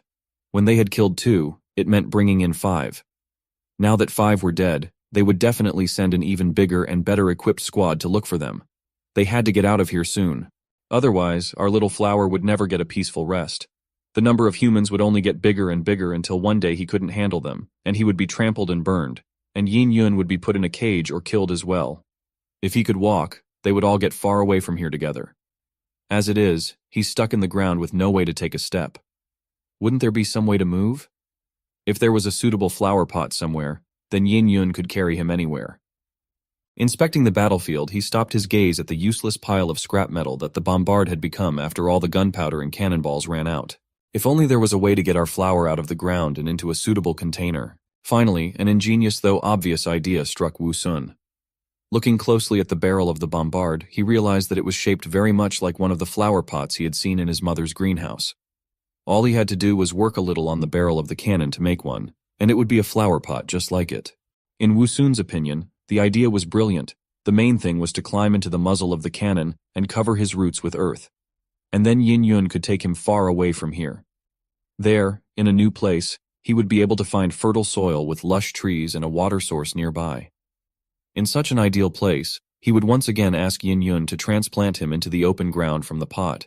However, there was one thing about this plan that he was a little embarrassed to remember. When he was still a boy and tried to transplant flowers or other plants himself, they always died because of his wrong actions, and his mother always scolded him afterwards. Now he wasn't sure he could transplant himself, and the stakes were too high to be wrong. He was very worried that something would fail, and his vulnerable roots would dry out or fail to take root in the new soil. While he was immersed in his thoughts and memories, Yin Yun had done all the work and successfully cleared the clearing and reported back to Daddy that she was back and everything was done. The bodies of the bad guys had been thrown far away from here, and now they were safe. But it was obvious that our flower wasn't in the mood, and Yin Yun couldn't understand why. They had just defeated 5 enemies together. They should be happy and celebrate, not sad. There was no point in keeping the hidden threat that appeared after defeating the 5 adventurers. So our flower tried to explain in all colors that humans would not ignore such an incident and would send more people to find out what happened to their comrades. Therefore, it wasn't safe to stay here now. Then the frightened Yin Yun asked what should they do. The solution was simple. They just needed to get far enough away from this place so that these people's comrades couldn't find them anymore. Hiding was a risky and unreliable option, so Wu Sun didn't even consider it. After Yin Yun heard his intentions, then she had a logical question. He is a plant that needs to be in the ground all the time. Where is he going to go, and most importantly, how? After all, he doesn't even have legs. But for our flower, the lack of legs was not a problem, and he had already thought of a plan of action. Yin Yun only needed to take the cannon off the wooden cart and bring it closer so that Wu Sun could work with it. The daughter obeyed Daddy, but she still didn't understand what the cannon had to do with Daddy's departure. She kept wondering what he needed it for. Her imagination was running wild, and she imagined that our little flower had gone mad and was going to climb into the cannon and shoot himself instead of the cannonball. Hoping to get far away unharmed, but even to her such an idea seemed very doubtful. When she voiced her assumptions, Wu Sun only laughed at her. Sure, he admitted that his head was a bit round, but not to the extent of acting as a cannonball. He assured her that she had misunderstood and that he needed the cannon for another purpose. But in order to understand what purpose she should try to separate the cannon from the wooden carriage. Yin Yun tried her best, but the cannon was very heavy and was firmly attached to the wood and would barely move from its place no matter which side she pushed it from. She was getting desperate and told Daddy that she couldn't do anything. But Wu Sun suggested she try a trick that was sure to separate the cannon from the carriage. All she had to do was to lift it all together into the air to a sufficient height and drop it down from there. The cannon itself was made of iron and would definitely not break, but the wooden carriage would surely shatter. Yin Yun obeyed and began to lift the cannon into the air. However, even so, it was very heavy. She clenched her teeth and pulled upwards, sweating as hard as ever. Finally, when there was no more strength left to hold the cannon, she let it go into free fall. As it hit the ground, the cannon's carriage shattered and only the barrel remained. It was already much lighter, and now Yin Yun easily pulled it closer to our flower and asked with interest what next. And now Wu Sun had a cunning plan to turn the muzzle of the cannon into a first-class flower pot. and for this purpose he had already prepared a whole arsenal of tools, which for success had to be stronger than the cannon itself. He began with manic persistence, like a monster with tentacles, to shred the cannon barrel so fast that only green sparks flew out. It was only a few minutes before the cannon barrel was shortened and dug into the ground. Wu Sun looked at the results of his work and was confident that now that he had fixed the cannon barrel, it would not fall. This was the end of our flower's work part, and everything else was up to Yin Yun and the gecko. They absolutely did not understand what was going on and asked for detailed instructions on what to do. Our flower began to explain that they need to carefully dig him out. He would do it himself, but he can't see his roots because of the leaves. But this idea seemed unfortunate to Yin Yun, who remembered well how our flower had resisted being dug out of the ground by bad people, and didn't understand how digging it up now would be any different from what it was then. How could her daddy come up with such a terrible idea? Had he had enough of living? Wu Sun sighed tiredly and asked what does she mean he was tired of living. She misunderstood. He is still young and full of energy, and he still has his whole life ahead of him.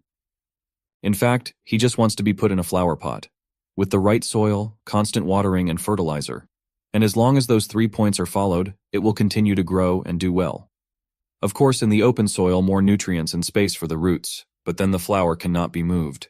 And at this moment, mobility comes first. It finally came clear to Yin Yun that Daddy was going to plant himself in the cannon and thus be able to move around. Wu Sun praised Yin Yun and the gecko for their ingenuity and told them to get to work and start digging from both sides, being careful not to hit the roots. They were excited to get to work. Too excited, even suspiciously excited. And it soon became clear why. They were so enthusiastic about this work that the dust rose high above the clearing, and only the glint of the shovels was visible. Wu Sun was horrified at how quickly and inaccurately they were digging, hitting his roots, chopping them and pulling them too hard. He even started begging them to stop and leave him alone, but they paid no attention to his cries. Finally, the job was done, and our flower, leaning on its vines, began to climb out of the dug hole. Now all its roots and tubers were in full view, and looking at them, Gecko and Yin Yun marveled at how cool and amazing his roots were. But our flower didn't like it at all. He felt as if he was naked in the street and everyone was laughing at him and pointing fingers at him. So he irritably yelled at them to turn away and quickly fill the cannon barrel 2/3 full of soil so that he could finally plant it. They had no choice but to quickly turn away and agree to all the demands. They began to fill the soil into the cannon, but one important question came up. What does 2/3 mean? How much is that anyway? While they were trying to figure it out on their own, our flower was non-stop yelling at them and pushing them around. Finally, everything was ready, and Yin Yun carried a satisfied Wu Sun to his new home. He asked to just throw all his roots into the pot, and with everything else he would manage and arrange them so that he would be comfortable.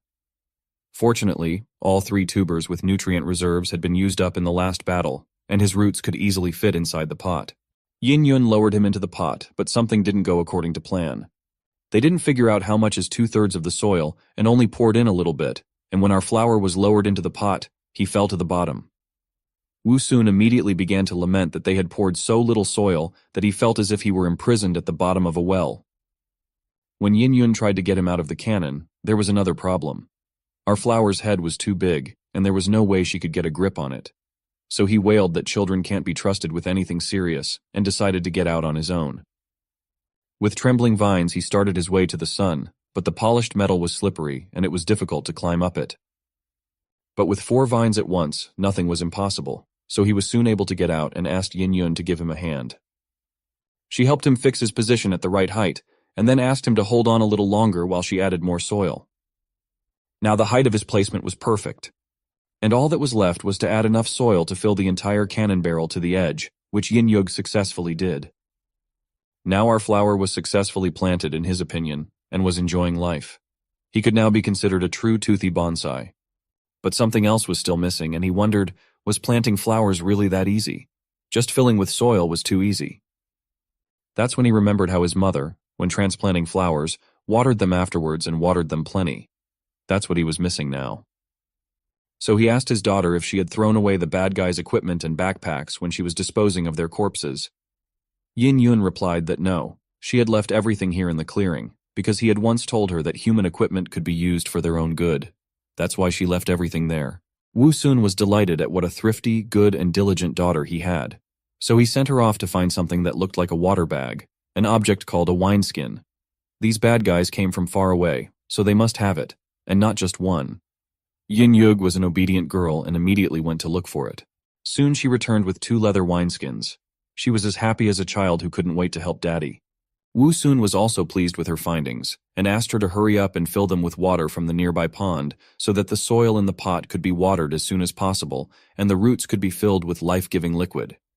So he asked her to hurry up before her daddy withered without water. Yin Yun transformed into a dragon and set off. She moved so fast that only a cloud of dust was left behind her. Seeing her go for water, the gecko also wanted to help and brought his water leaf. But our flower had to disappoint him and talk him out of such a useless idea. With such a small leaf, as long as he brought enough water, our flower would definitely wither away. Soon, Yin Yun returned and the life-giving water poured into Wu Sun's pot, wetting his roots that were already starting to dry out. There was only one small problem, or rather a hole.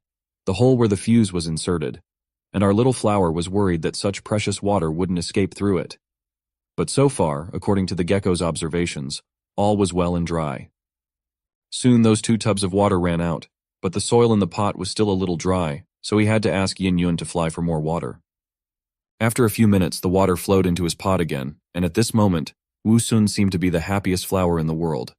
This time, there was already enough water. Unfortunately, the bliss of our flower did not last long, because what he feared so much happened, and the poor gecko was forced to flee from the spray. We all know what that's like. And our flower knew exactly what it looked like from the outside, so he irritably shouted to stop staring at it and don't even dare to laugh. It's not what it looks like. And he's actually stopped wetting the bed since he was 6. Luckily, such an inconvenience quickly passed, and all the extra water poured out. This problem was replaced by another.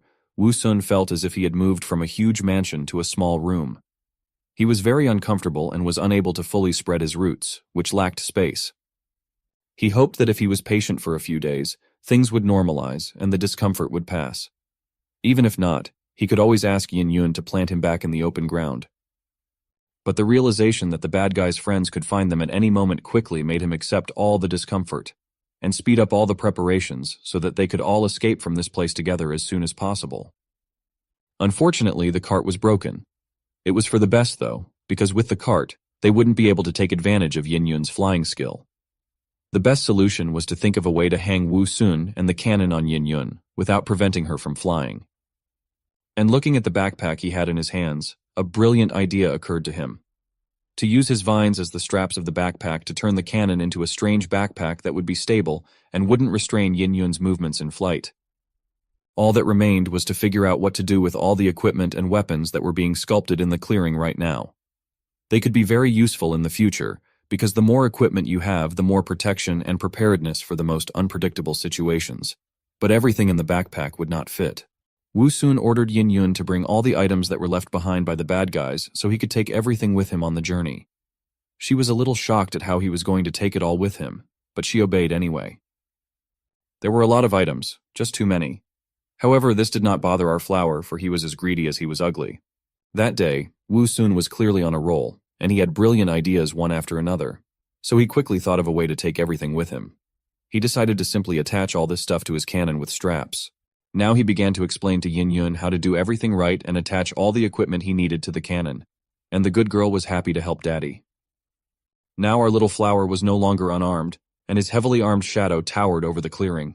There was room for everything, even a long sword, and the crossbow and arrows too.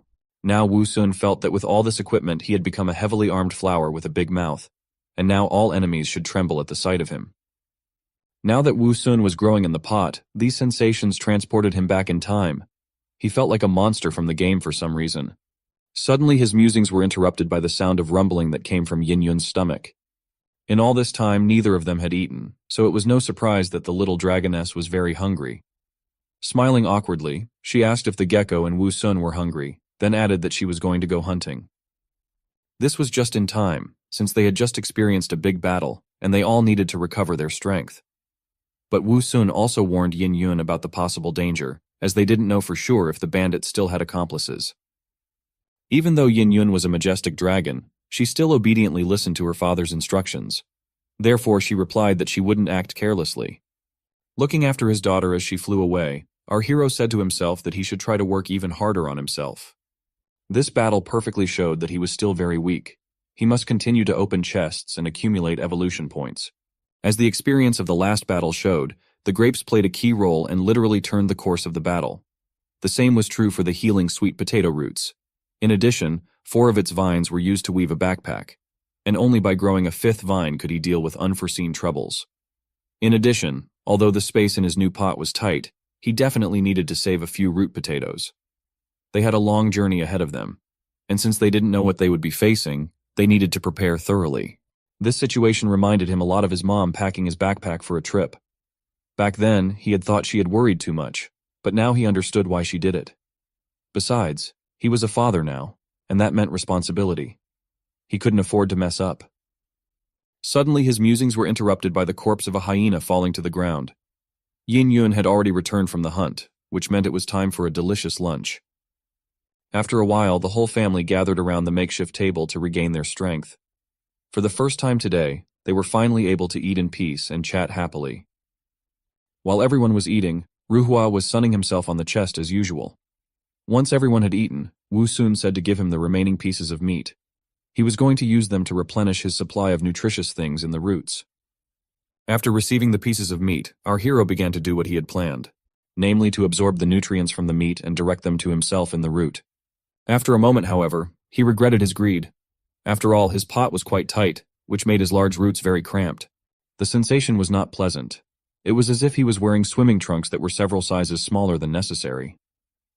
Our hero's only salvation was the chests, from which he could get something that would ease his suffering. This time, he wasn't even going to draw lots, and in a hurry, he shouted to Ruhua to open them all one by one. Today, Wu Sun was really unlucky as only evolution points dropped out of all the chests. Being in a bad mood, he immediately attacked the system spirit with complaints. Ruhua, instead of excuses, began to calm him down, saying that not all was lost, because there was still the last chest. As usual, the chest glowed with a bright golden light, while the system had already sent a message of congratulations.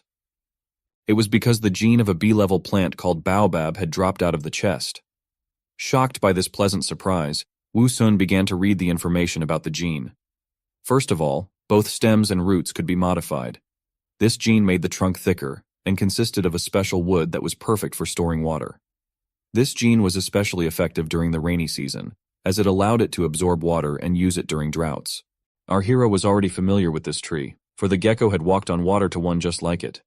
It was a very useful gene to him, but he was curious as to why it had as many as 2 fusion sites. The answer to that question was quite simple. It was all for aesthetic appearance and beauty. It wouldn't be very pretty if our hero had a very thick trunk, which is why the system provided such a choice. After imagining this picture in his mind, Wu Sun couldn't help but agree with the system spirit's words. In the end, he decided to merge the gene with the roots as they didn't affect his appearance at all. After a few moments, Ruhua began the fusion. Everything was successful, and our hero managed to get the gene he needed. However, although he had gotten it, he didn't know how to use it yet. Fortunately, he had a system spirit, who kindly explained that in order to store water, it first had to get somewhere. It wasn't raining, and there were no other ways available to our hero to get the right amount of water. So the only solution was to ask Yin Yun to bring it. Fortunately, the hunters had a few water wineskins. Taking them, the dragoness immediately went to fetch water. As soon as she returned, Wu Sun immediately started testing his new gene. He couldn't wait to learn his new abilities. Even though he couldn't see what was happening underground, he could still feel the new root forming. Except that unlike the others, it held water. With the new root, however, the cramped feeling that he was getting a little used to returned. Unfortunately, there was nothing he could do about it, and all he had left to do was get used to it. Since they had already had time to rest and prepare, it was about time to set off on their journey. Yin Yun and the gecko were very excited about this, as they were already eager to see something new. After waiting for 2 more days and making sure that there were no more people around, Wu Sun decided that it was definitely time to leave. The pot our hero was growing in was taken out of the ground for the first time in a while. Once on his daughter's back, he used his vines as backpack straps. As soon as he was securely fastened, he asked Yin Yun if they were interfering with her movements.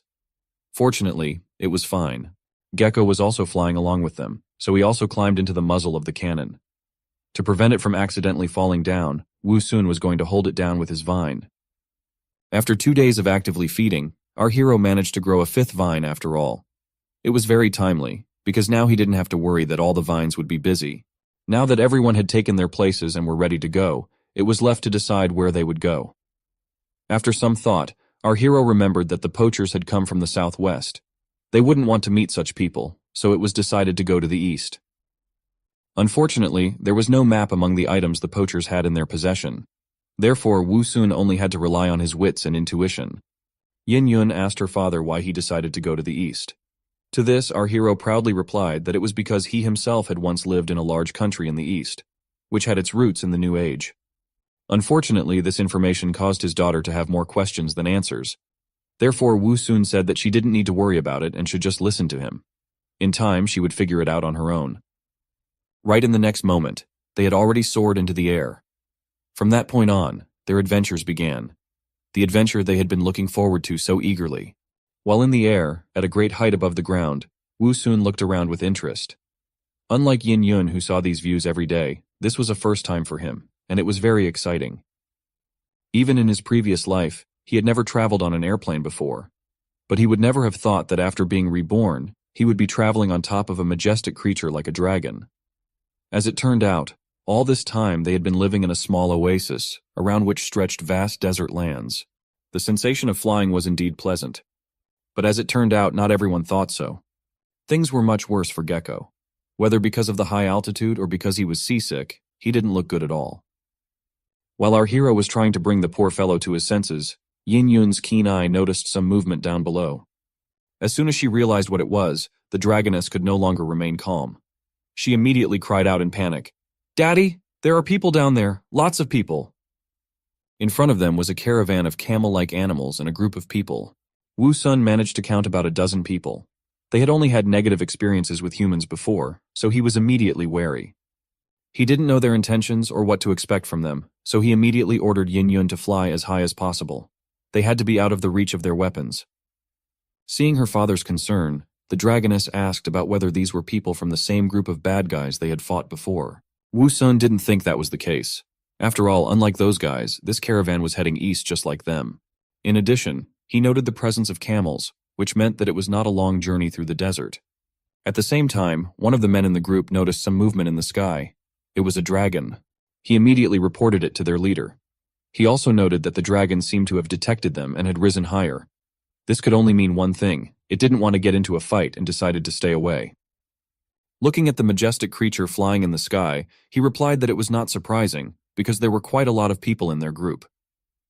However, there was something that surprised the leader very much. On the dragon, he noticed the barrel of a cannon, in which sat some strange flower. He had heard a lot of stories in his life, but this was the first time he had seen something so strange. The guy who first noticed the dragon asked him enthusiastically if he wanted to shoot it. After all, they could surely get a lot of money for such a rare dragon. But to the guy's disappointment, the leader didn't agree. Their mission this time was not to hunt. Besides, this time he didn't bring his dragon hunting equipment with him, and somehow he wouldn't be able to hit it from such a long distance otherwise. Hearing the answer, there was nothing left for the guy but to sigh heavily and accept it. At the same time, our heroes flew past the caravan and approached some ruins. They had already been flying for over an hour, so Wu Sun suggested finding a place to rest. Yin Yun wasn't too tired and was ready to keep flying. But our hero didn't want his daughter to overexert herself. She had only recently learned to fly, and carrying a heavy metal cannon was not an easy task. Besides, they had a long way to go, and it was best to save their strength for last. After looking around, Wu Sun decided that the best place to rest at the moment was the ruins. As soon as they descended and stepped on solid ground, our hero asked Yin Yun to find some rocks to prop up the cannon barrel. In just a few moments everything was ready and our hero could now sit confidently in his pot. At last they could rest after such a long flight. Gecko, who was afraid of heights, was particularly excited about this. Yin Yun, on the other hand, was not going to waste any time and announced that she was going to go hunting. While they were flying, she managed to spot many animals in the area. They could use some food, but Wu Sun was primarily concerned about her daughter's condition, so he suggested her to take her time and rest a little longer. In the next instant, a squeak was heard nearby. After that, the head of an animal appeared from around the corner. It was just what they needed. Even though the animal was small, they didn't even have to go anywhere. Wu Sun immediately told the others to be quiet so as not to scare it away. However, it didn't seem to notice them at all, and continued to run around carelessly looking for something. Suddenly, Wu Sun had an idea why he was behaving like this.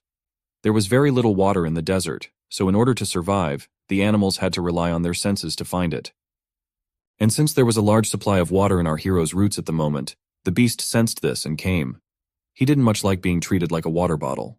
In addition, the rodent was so bold that it headed straight for the hole in the cannon. Wu Sun had no intention of letting this happen, so he immediately used his spiked vines. After catching the insolent beast, he immediately cut off its life. Since Yin Yun had been flying all this time and must have expended a lot of energy, our hero decided to give the prey to her. But the dragoness refused, saying that the meat would not be enough for her anyway. Besides, she was going to catch something big later. In the end, the rodent went to Gecko. But as it turned out, the beast was not alone.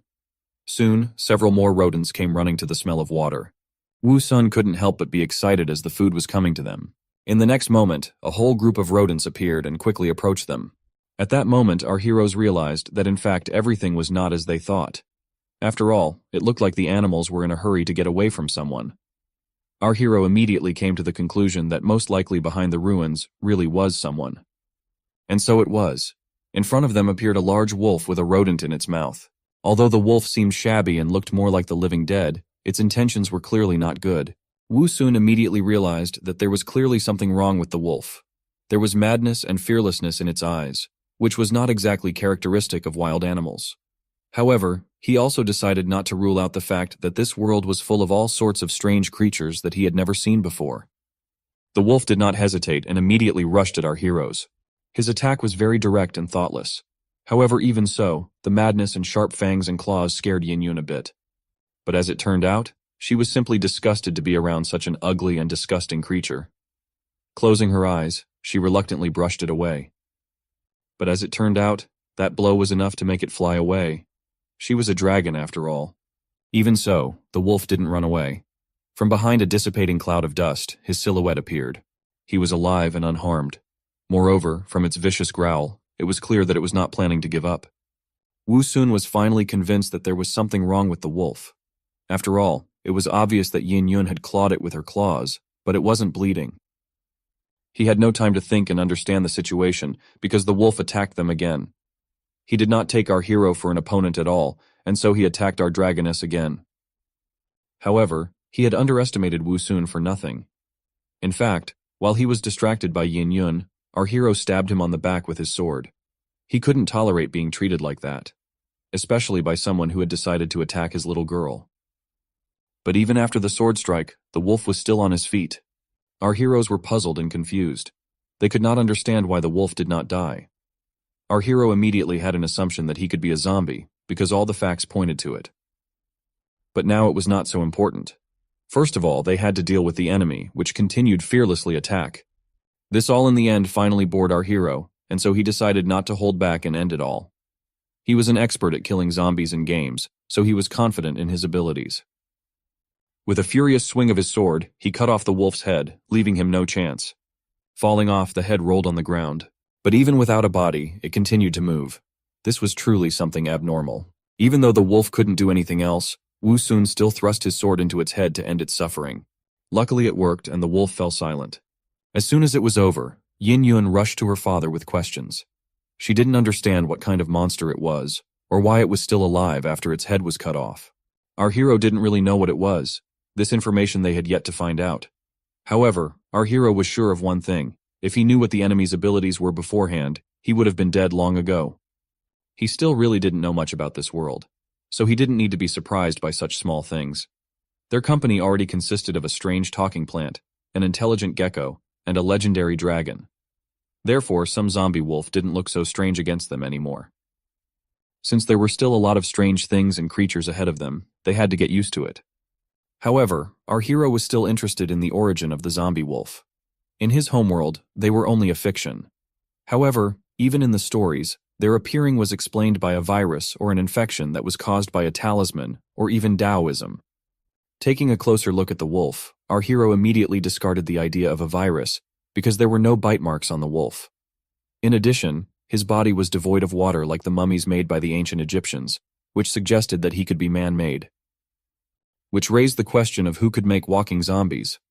Since this world was full of mysteries, it could not be ruled out that mysticism and magic could be used here. Therefore, some priest, wizard, or necromancer might do it. While Wu Sun was pondering this, the gecko pointed at the wolf's head and asked if they could eat this. Strangely enough, he was not at all embarrassed by what was happening. Fortunately, our hero was not that desperate, and immediately said that there was no way they could eat it. There was a good chance they might become like them. And besides, they'd probably break their teeth eating such old meat. Since it was dangerous to even stay close to the body, it was decided to move away. Besides, it was finally time for them to rest and hit the road, and they hadn't even caught anything to eat yet. In the following footage, we see the ostrich in its natural habitat.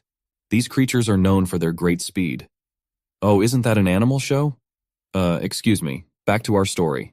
The poor ostrich, with an arrow in its softest part, was for some reason desperate to get away from someone.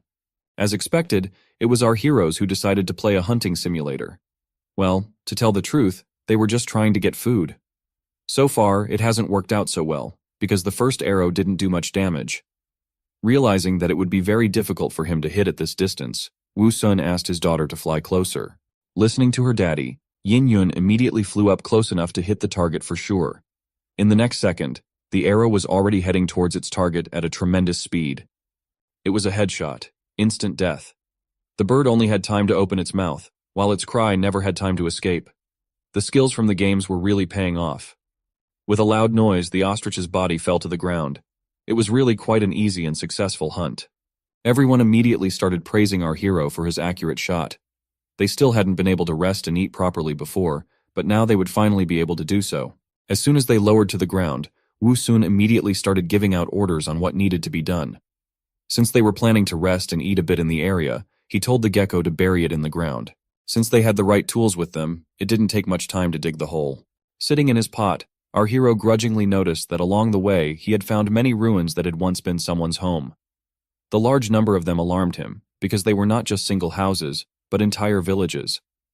But he had no desire to think about that now. All he wanted to do now was to eat and rest. The others were also all for it, and in a moment they were all eating ostrich meat. While the family was enjoying the delicious ostrich meat, Ruhua was sitting on the chests watching them. Since he was only a system spirit, he was also traveling along with them.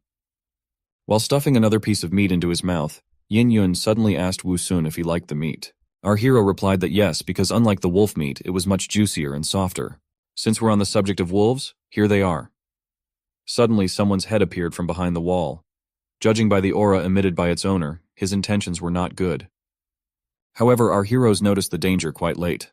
The danger was really quite big, as a pack of desert wolves appeared in front of them in the blink of an eye. Wu Sun wasn't really afraid of them. He was more disappointed that he had made such a mistake. He had completely forgotten that such a feast would definitely attract predators. But there was nothing to do. He had to fight. He didn't want to run away, besides it was a chance to get a lot of meat.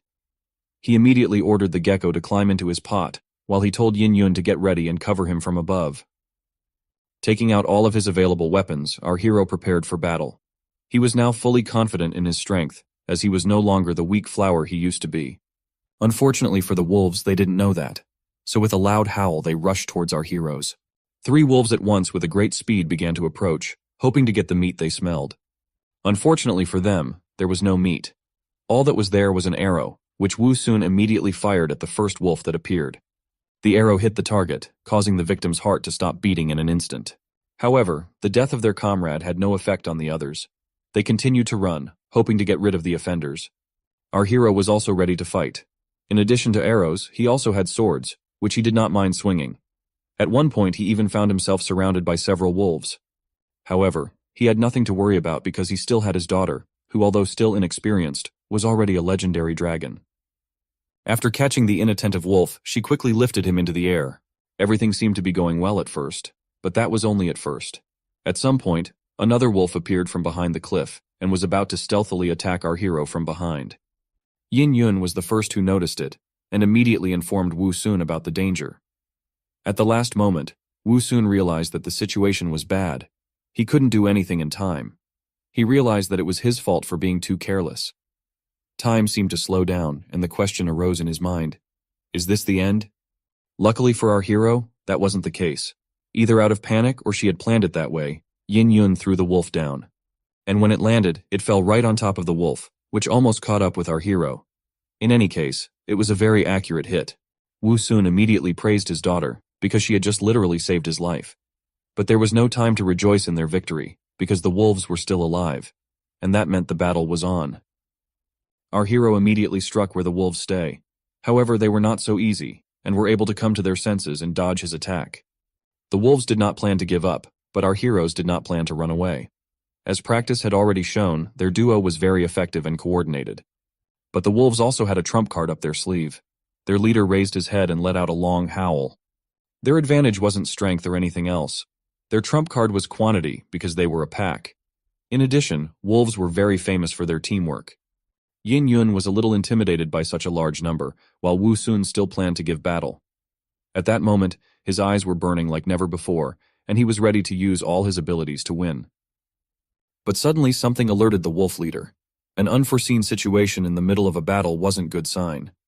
While the others continued to hold the line and watch the actions of our heroes, the leader and another wolf stood in the rear defense, where the danger was coming from. This was a very unexpected turn of events. Even though Wu Sun didn't see what was happening there, it wasn't hard to guess that the wolves were attacked from behind.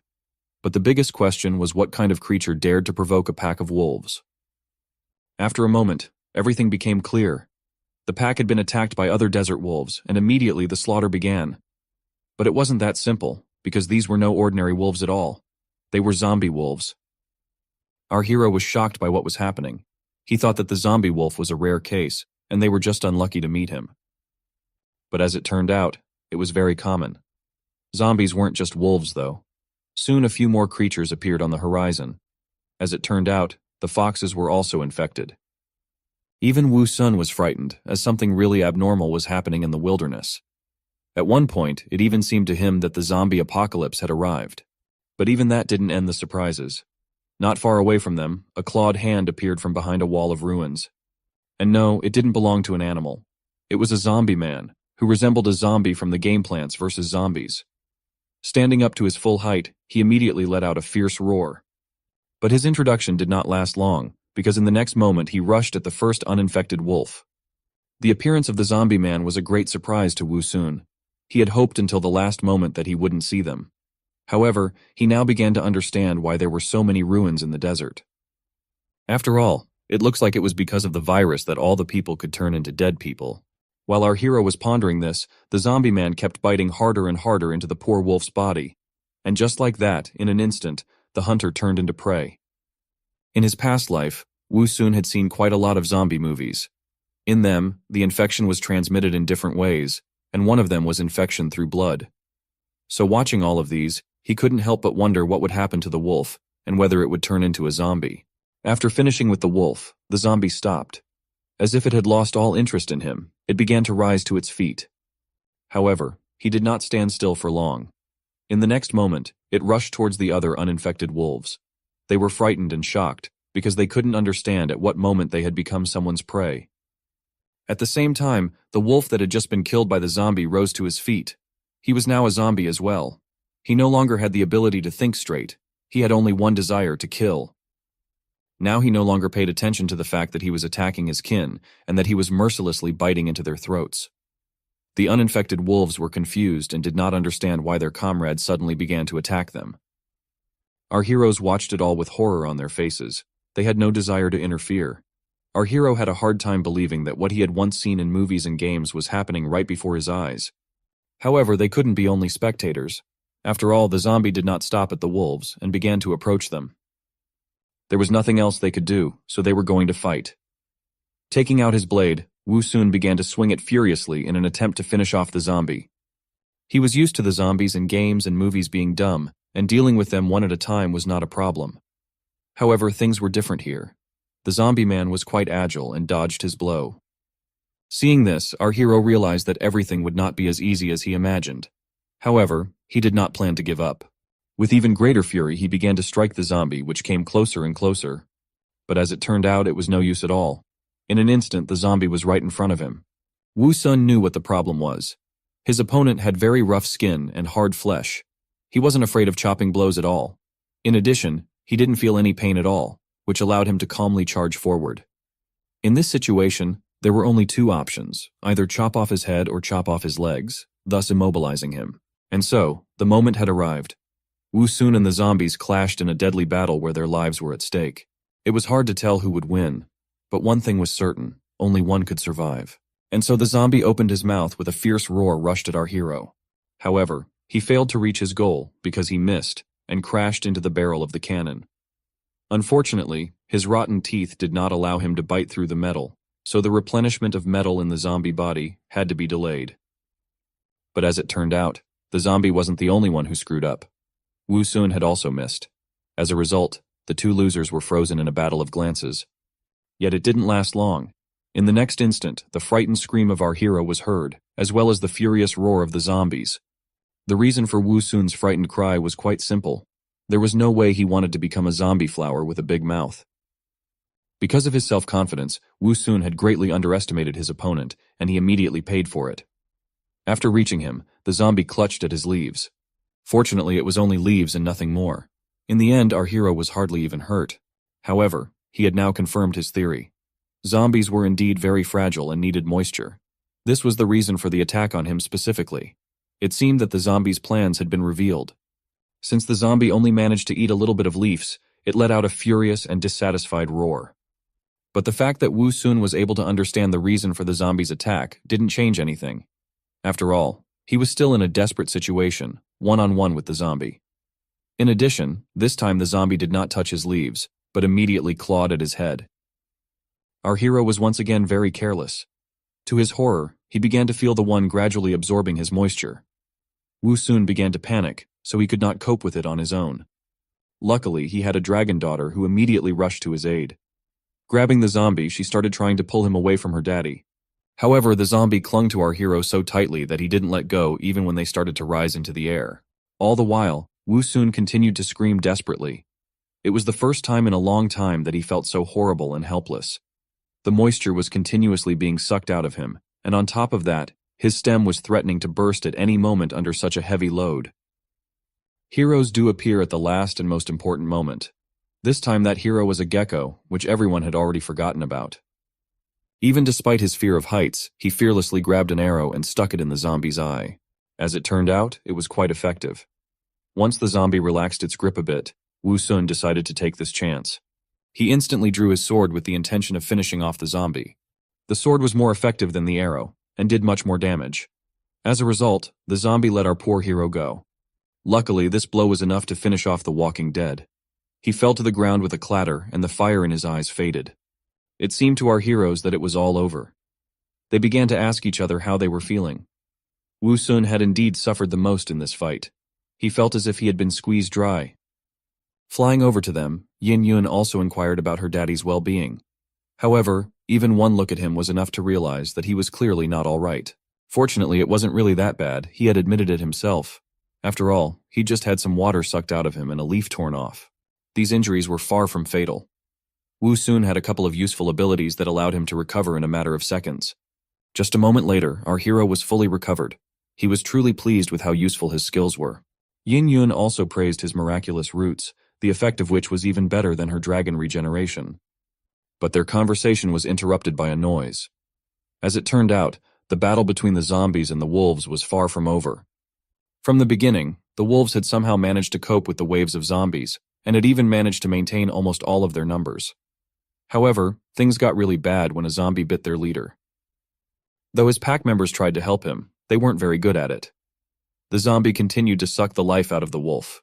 It seemed like this was the end for the pack. Wu Sun himself understood the consequences. If the leader turned into a zombie, the rest of the pack members would most likely turn into zombies as well.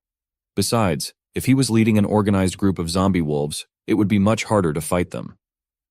Having come to these conclusions, our hero decided to help the wolves. After all, as they say, the enemy of my enemy is my friend. Wu Sun also decided to choose between the two evils, who would be easier to fight in the future. In the next instant, the arrow was already heading towards its target at a great speed. Our hero was quite a good archer, so he was able to hit the zombie in the head without any problems. But as it turned out, it was not enough to kill it. From a great distance, the arrow could not get to the brain. Fortunately, as it turned out, it didn't matter. The arrow was able to distract the zombie and make it let go of the wolf leader, and that was enough for him to come to his senses and break free. The wolf did not plan to stop at the release, and so immediately jumped on the zombie from the back. It was a very good and effective solution. Thanks to this, the arrow pierced through the zombie's head, thus ending its suffering forever. For some more time, the leader held the zombie tightly. He already had experience with the living dead, which made him want to make sure it was dead for sure. Even after some time, the zombie did not give any sign of life. This meant only one thing: their victory. Standing on the defeated enemy, Akela let out a victorious howl. Our heroes were also happy about this small victory. Wu Sun was delighted by the sharp mind of the pack leader. At first glance, one would think that he had knocked down the zombie and driven an arrow into its head by accident. But our hero knew that this was not the case. Although the wolf was quite smart, but he still did not have enough brains not to mess with the company of our hero. At the command of their leader, the wolves surrounded them, and the vicious growl of their leader made it clear that they were determined to fight. This ungrateful behavior of the wolves made Wu Sun very angry. He would have preferred to disperse peacefully, but the wolves didn't support this idea. They had chosen this path, so it was up to our hero to show them how wrong it was for them. However, to the surprise of our heroes, the wolves did not attack. It looked as if their leader had common sense. Turning around, he led his pack away. Looking at them, Wu Sun noted that they really had a conscience, or they didn't risk it since they had already seen their power. Besides, their numbers had been greatly reduced after the clash with the zombies. However, no matter how it was, our heroes remained after all this only in the advantage. After all, now they didn't need to worry about food. Although they could not eat zombie wolves, but without them, they would have something to eat. After all, our hero had managed to kill several normal wolves with his blade and crossbow. Since everyone was very hungry after such a tense incident, Wu Sun didn't hesitate. He told Yin Yun to retrieve the arrows from the corpses so that he could use them next time. He himself was going to collect and cook the corpses of normal wolves. Everyone completed their tasks rather quickly, and after a while they were ready to enjoy their meal. Another danger was behind them, and now they could rest and relax. After a while, everyone had eaten to their heart's content. Even Wu Sun, who could hold a lot thanks to the roots, refused to continue eating. After eating so densely, they still had a few corpses left. Since they could no longer hold much more now, Yin Yun offered to take them with them on the road. However, this was not the best idea. The temperature in the desert was very high, and so the meat here would spoil very quickly, and they would become infested with parasites. Suddenly, the ingenious Wu Sun had an idea. After all, if there was spoiled meat nearby, there would be flies they could eat. But in the next moment, he discarded the idea. He didn't even want to think about eating flies now. He was no longer the primitive plant that couldn't afford to choose what to eat. Unfortunately, his roots were already completely full. Though it was a big waste, there was nothing they could do about it. But there were some good points in this whole sad and wasteful story. Thanks to the large amount of meat eaten, our hero was able to get a lot of chests. And since there was no point in putting it off, he immediately told Ruhua to open them. Unfortunately, the loot from the chests did not please him once again. Only evolution points dropped from all the chests. This couldn't help but be disappointing, so Wu Sun immediately voiced his complaints to the system spirit. Ruhua nonchalantly replied that it wasn't his fault. The reason was because of the barren terrain, which made the chance of a gene dropping out very small. This was the first time Wu Sun had heard of this, so he decided to memorize this information. However, Ruhua still had something else to say to our hero. He said that even if he managed to obtain the gene, he would hardly be able to develop it. His roots were already struggling to fit into the cannon, and if he obtained any similar gene, it would be a problem. Wu Sun couldn't help but agree with the system spirit's reasoning. He himself realized that his pot was limiting him a lot. His only solution was to find a fertile piece of land and settle there. Only then would he be able to fully develop and evolve. Determined to find a place for his new home, our heroes decided to continue their sometimes dangerous but exciting journey. After a few days of traveling over the desert, Wu Sun began to doubt that it was really exciting. No matter how long they flew, the sand and ruins never ended. He now understood more why people traveled exclusively on camels. Traveling under the grueling heat was really quite exhausting. Even the breeze that blew around them was very hot and didn't help at all. Wu Sun immediately felt nostalgic for the air conditioning. Unfortunately, these were only unattainable fantasies. The only thing they could do now to escape the unbearable heat was to take a break in the ruins. At night, when the temperature would be much lower, they would continue their journey.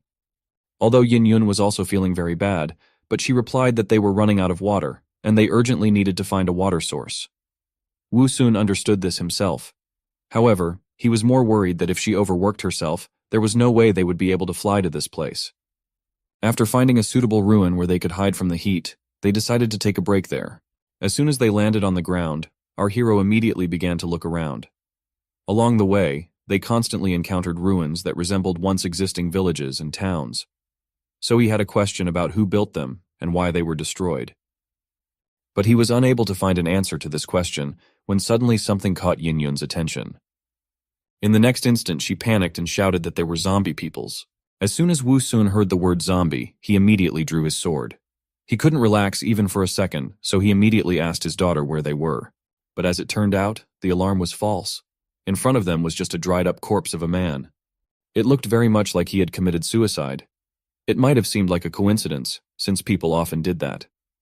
However, that wasn't the only thing that was strange. This person, when he was alive, did not dress like someone who had lived in the desert for a long time. Strange things really did happen here once upon a time. To gather even more clues and understand what happened here, Wu Sun asked Yin Yun to guide him through the ruins. While exploring the ruins, they were able to come across quite a few dried corpses. The strangest thing was that there were no zombie bite marks on them, which meant that they had died in some other way. Like the first corpse, some also committed suicide. Now our hero could say with certainty that this was no coincidence, and his first thought was that maybe they didn't want to become zombies. Remembering the strange zombies they had encountered earlier, he also speculated that these corpses might have had something to do with it. However, he wasn't allowed to ponder this any further. A stream of water immediately poured down on his head. As it turned out, it was Yin Yun. Holding a wineskin in her hands, she was trying to water him. Wu Sun immediately shouted in panic for her to stop. The dragoness immediately asked in bewilderment why. Our hero began to explain that the water in the bucket was now very hot, and it couldn't be used immediately. After all, even if the temperature of the water was not very hot, it was risky for him to water himself immediately after being in the sun. Besides, he didn't need the water yet, for he had a supply that he kept in his roots. Meanwhile, she really needed it. Yin Yun was not only big, but also needed a lot of water after a long flight under the grueling sun. Yin Yun agreed with his words, but the problem was that the supply they had left was only enough for one day. But even so, Wu Sun had a solution. Since he had gained so many evolution points, he could now easily grow grapes for them. With it, they would be able to get both nutrients and water. Although our hero said this to his daughter to reassure her, the truth was that things were really not very rosy. Even though he had quite a few points, they wouldn't last long. In addition, the water in the wineskin was indeed almost running out.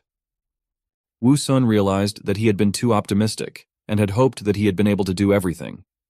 However, in reality, it turned out that they could die simply from lack of water. The only way to solve this was to find a source of water in the next 3 days. Soon the sun disappeared over the horizon and night fell. As the temperature dropped quite low, our heroes continued on their way. Soon, Yin Yun exclaimed in an excited voice that an oasis could be seen ahead. Although this was great news, Wu Sun was quite skeptical. He didn't rule out the fact that it could be just a mirage. However, to find out, he had to go down and check it out. At the same time, there was a dead camel lying on the ground in the middle of the oasis. As it turned out, it had not died a natural death. It had been killed by a large unknown black creature for which it was just lunch. At some point, the creature sensed something and looked up. It couldn't help but notice Yin Yun flying by. The mysterious creature was a black dragon. It was very interested in what it saw. It grinned and said that it had finally met the perfect prey.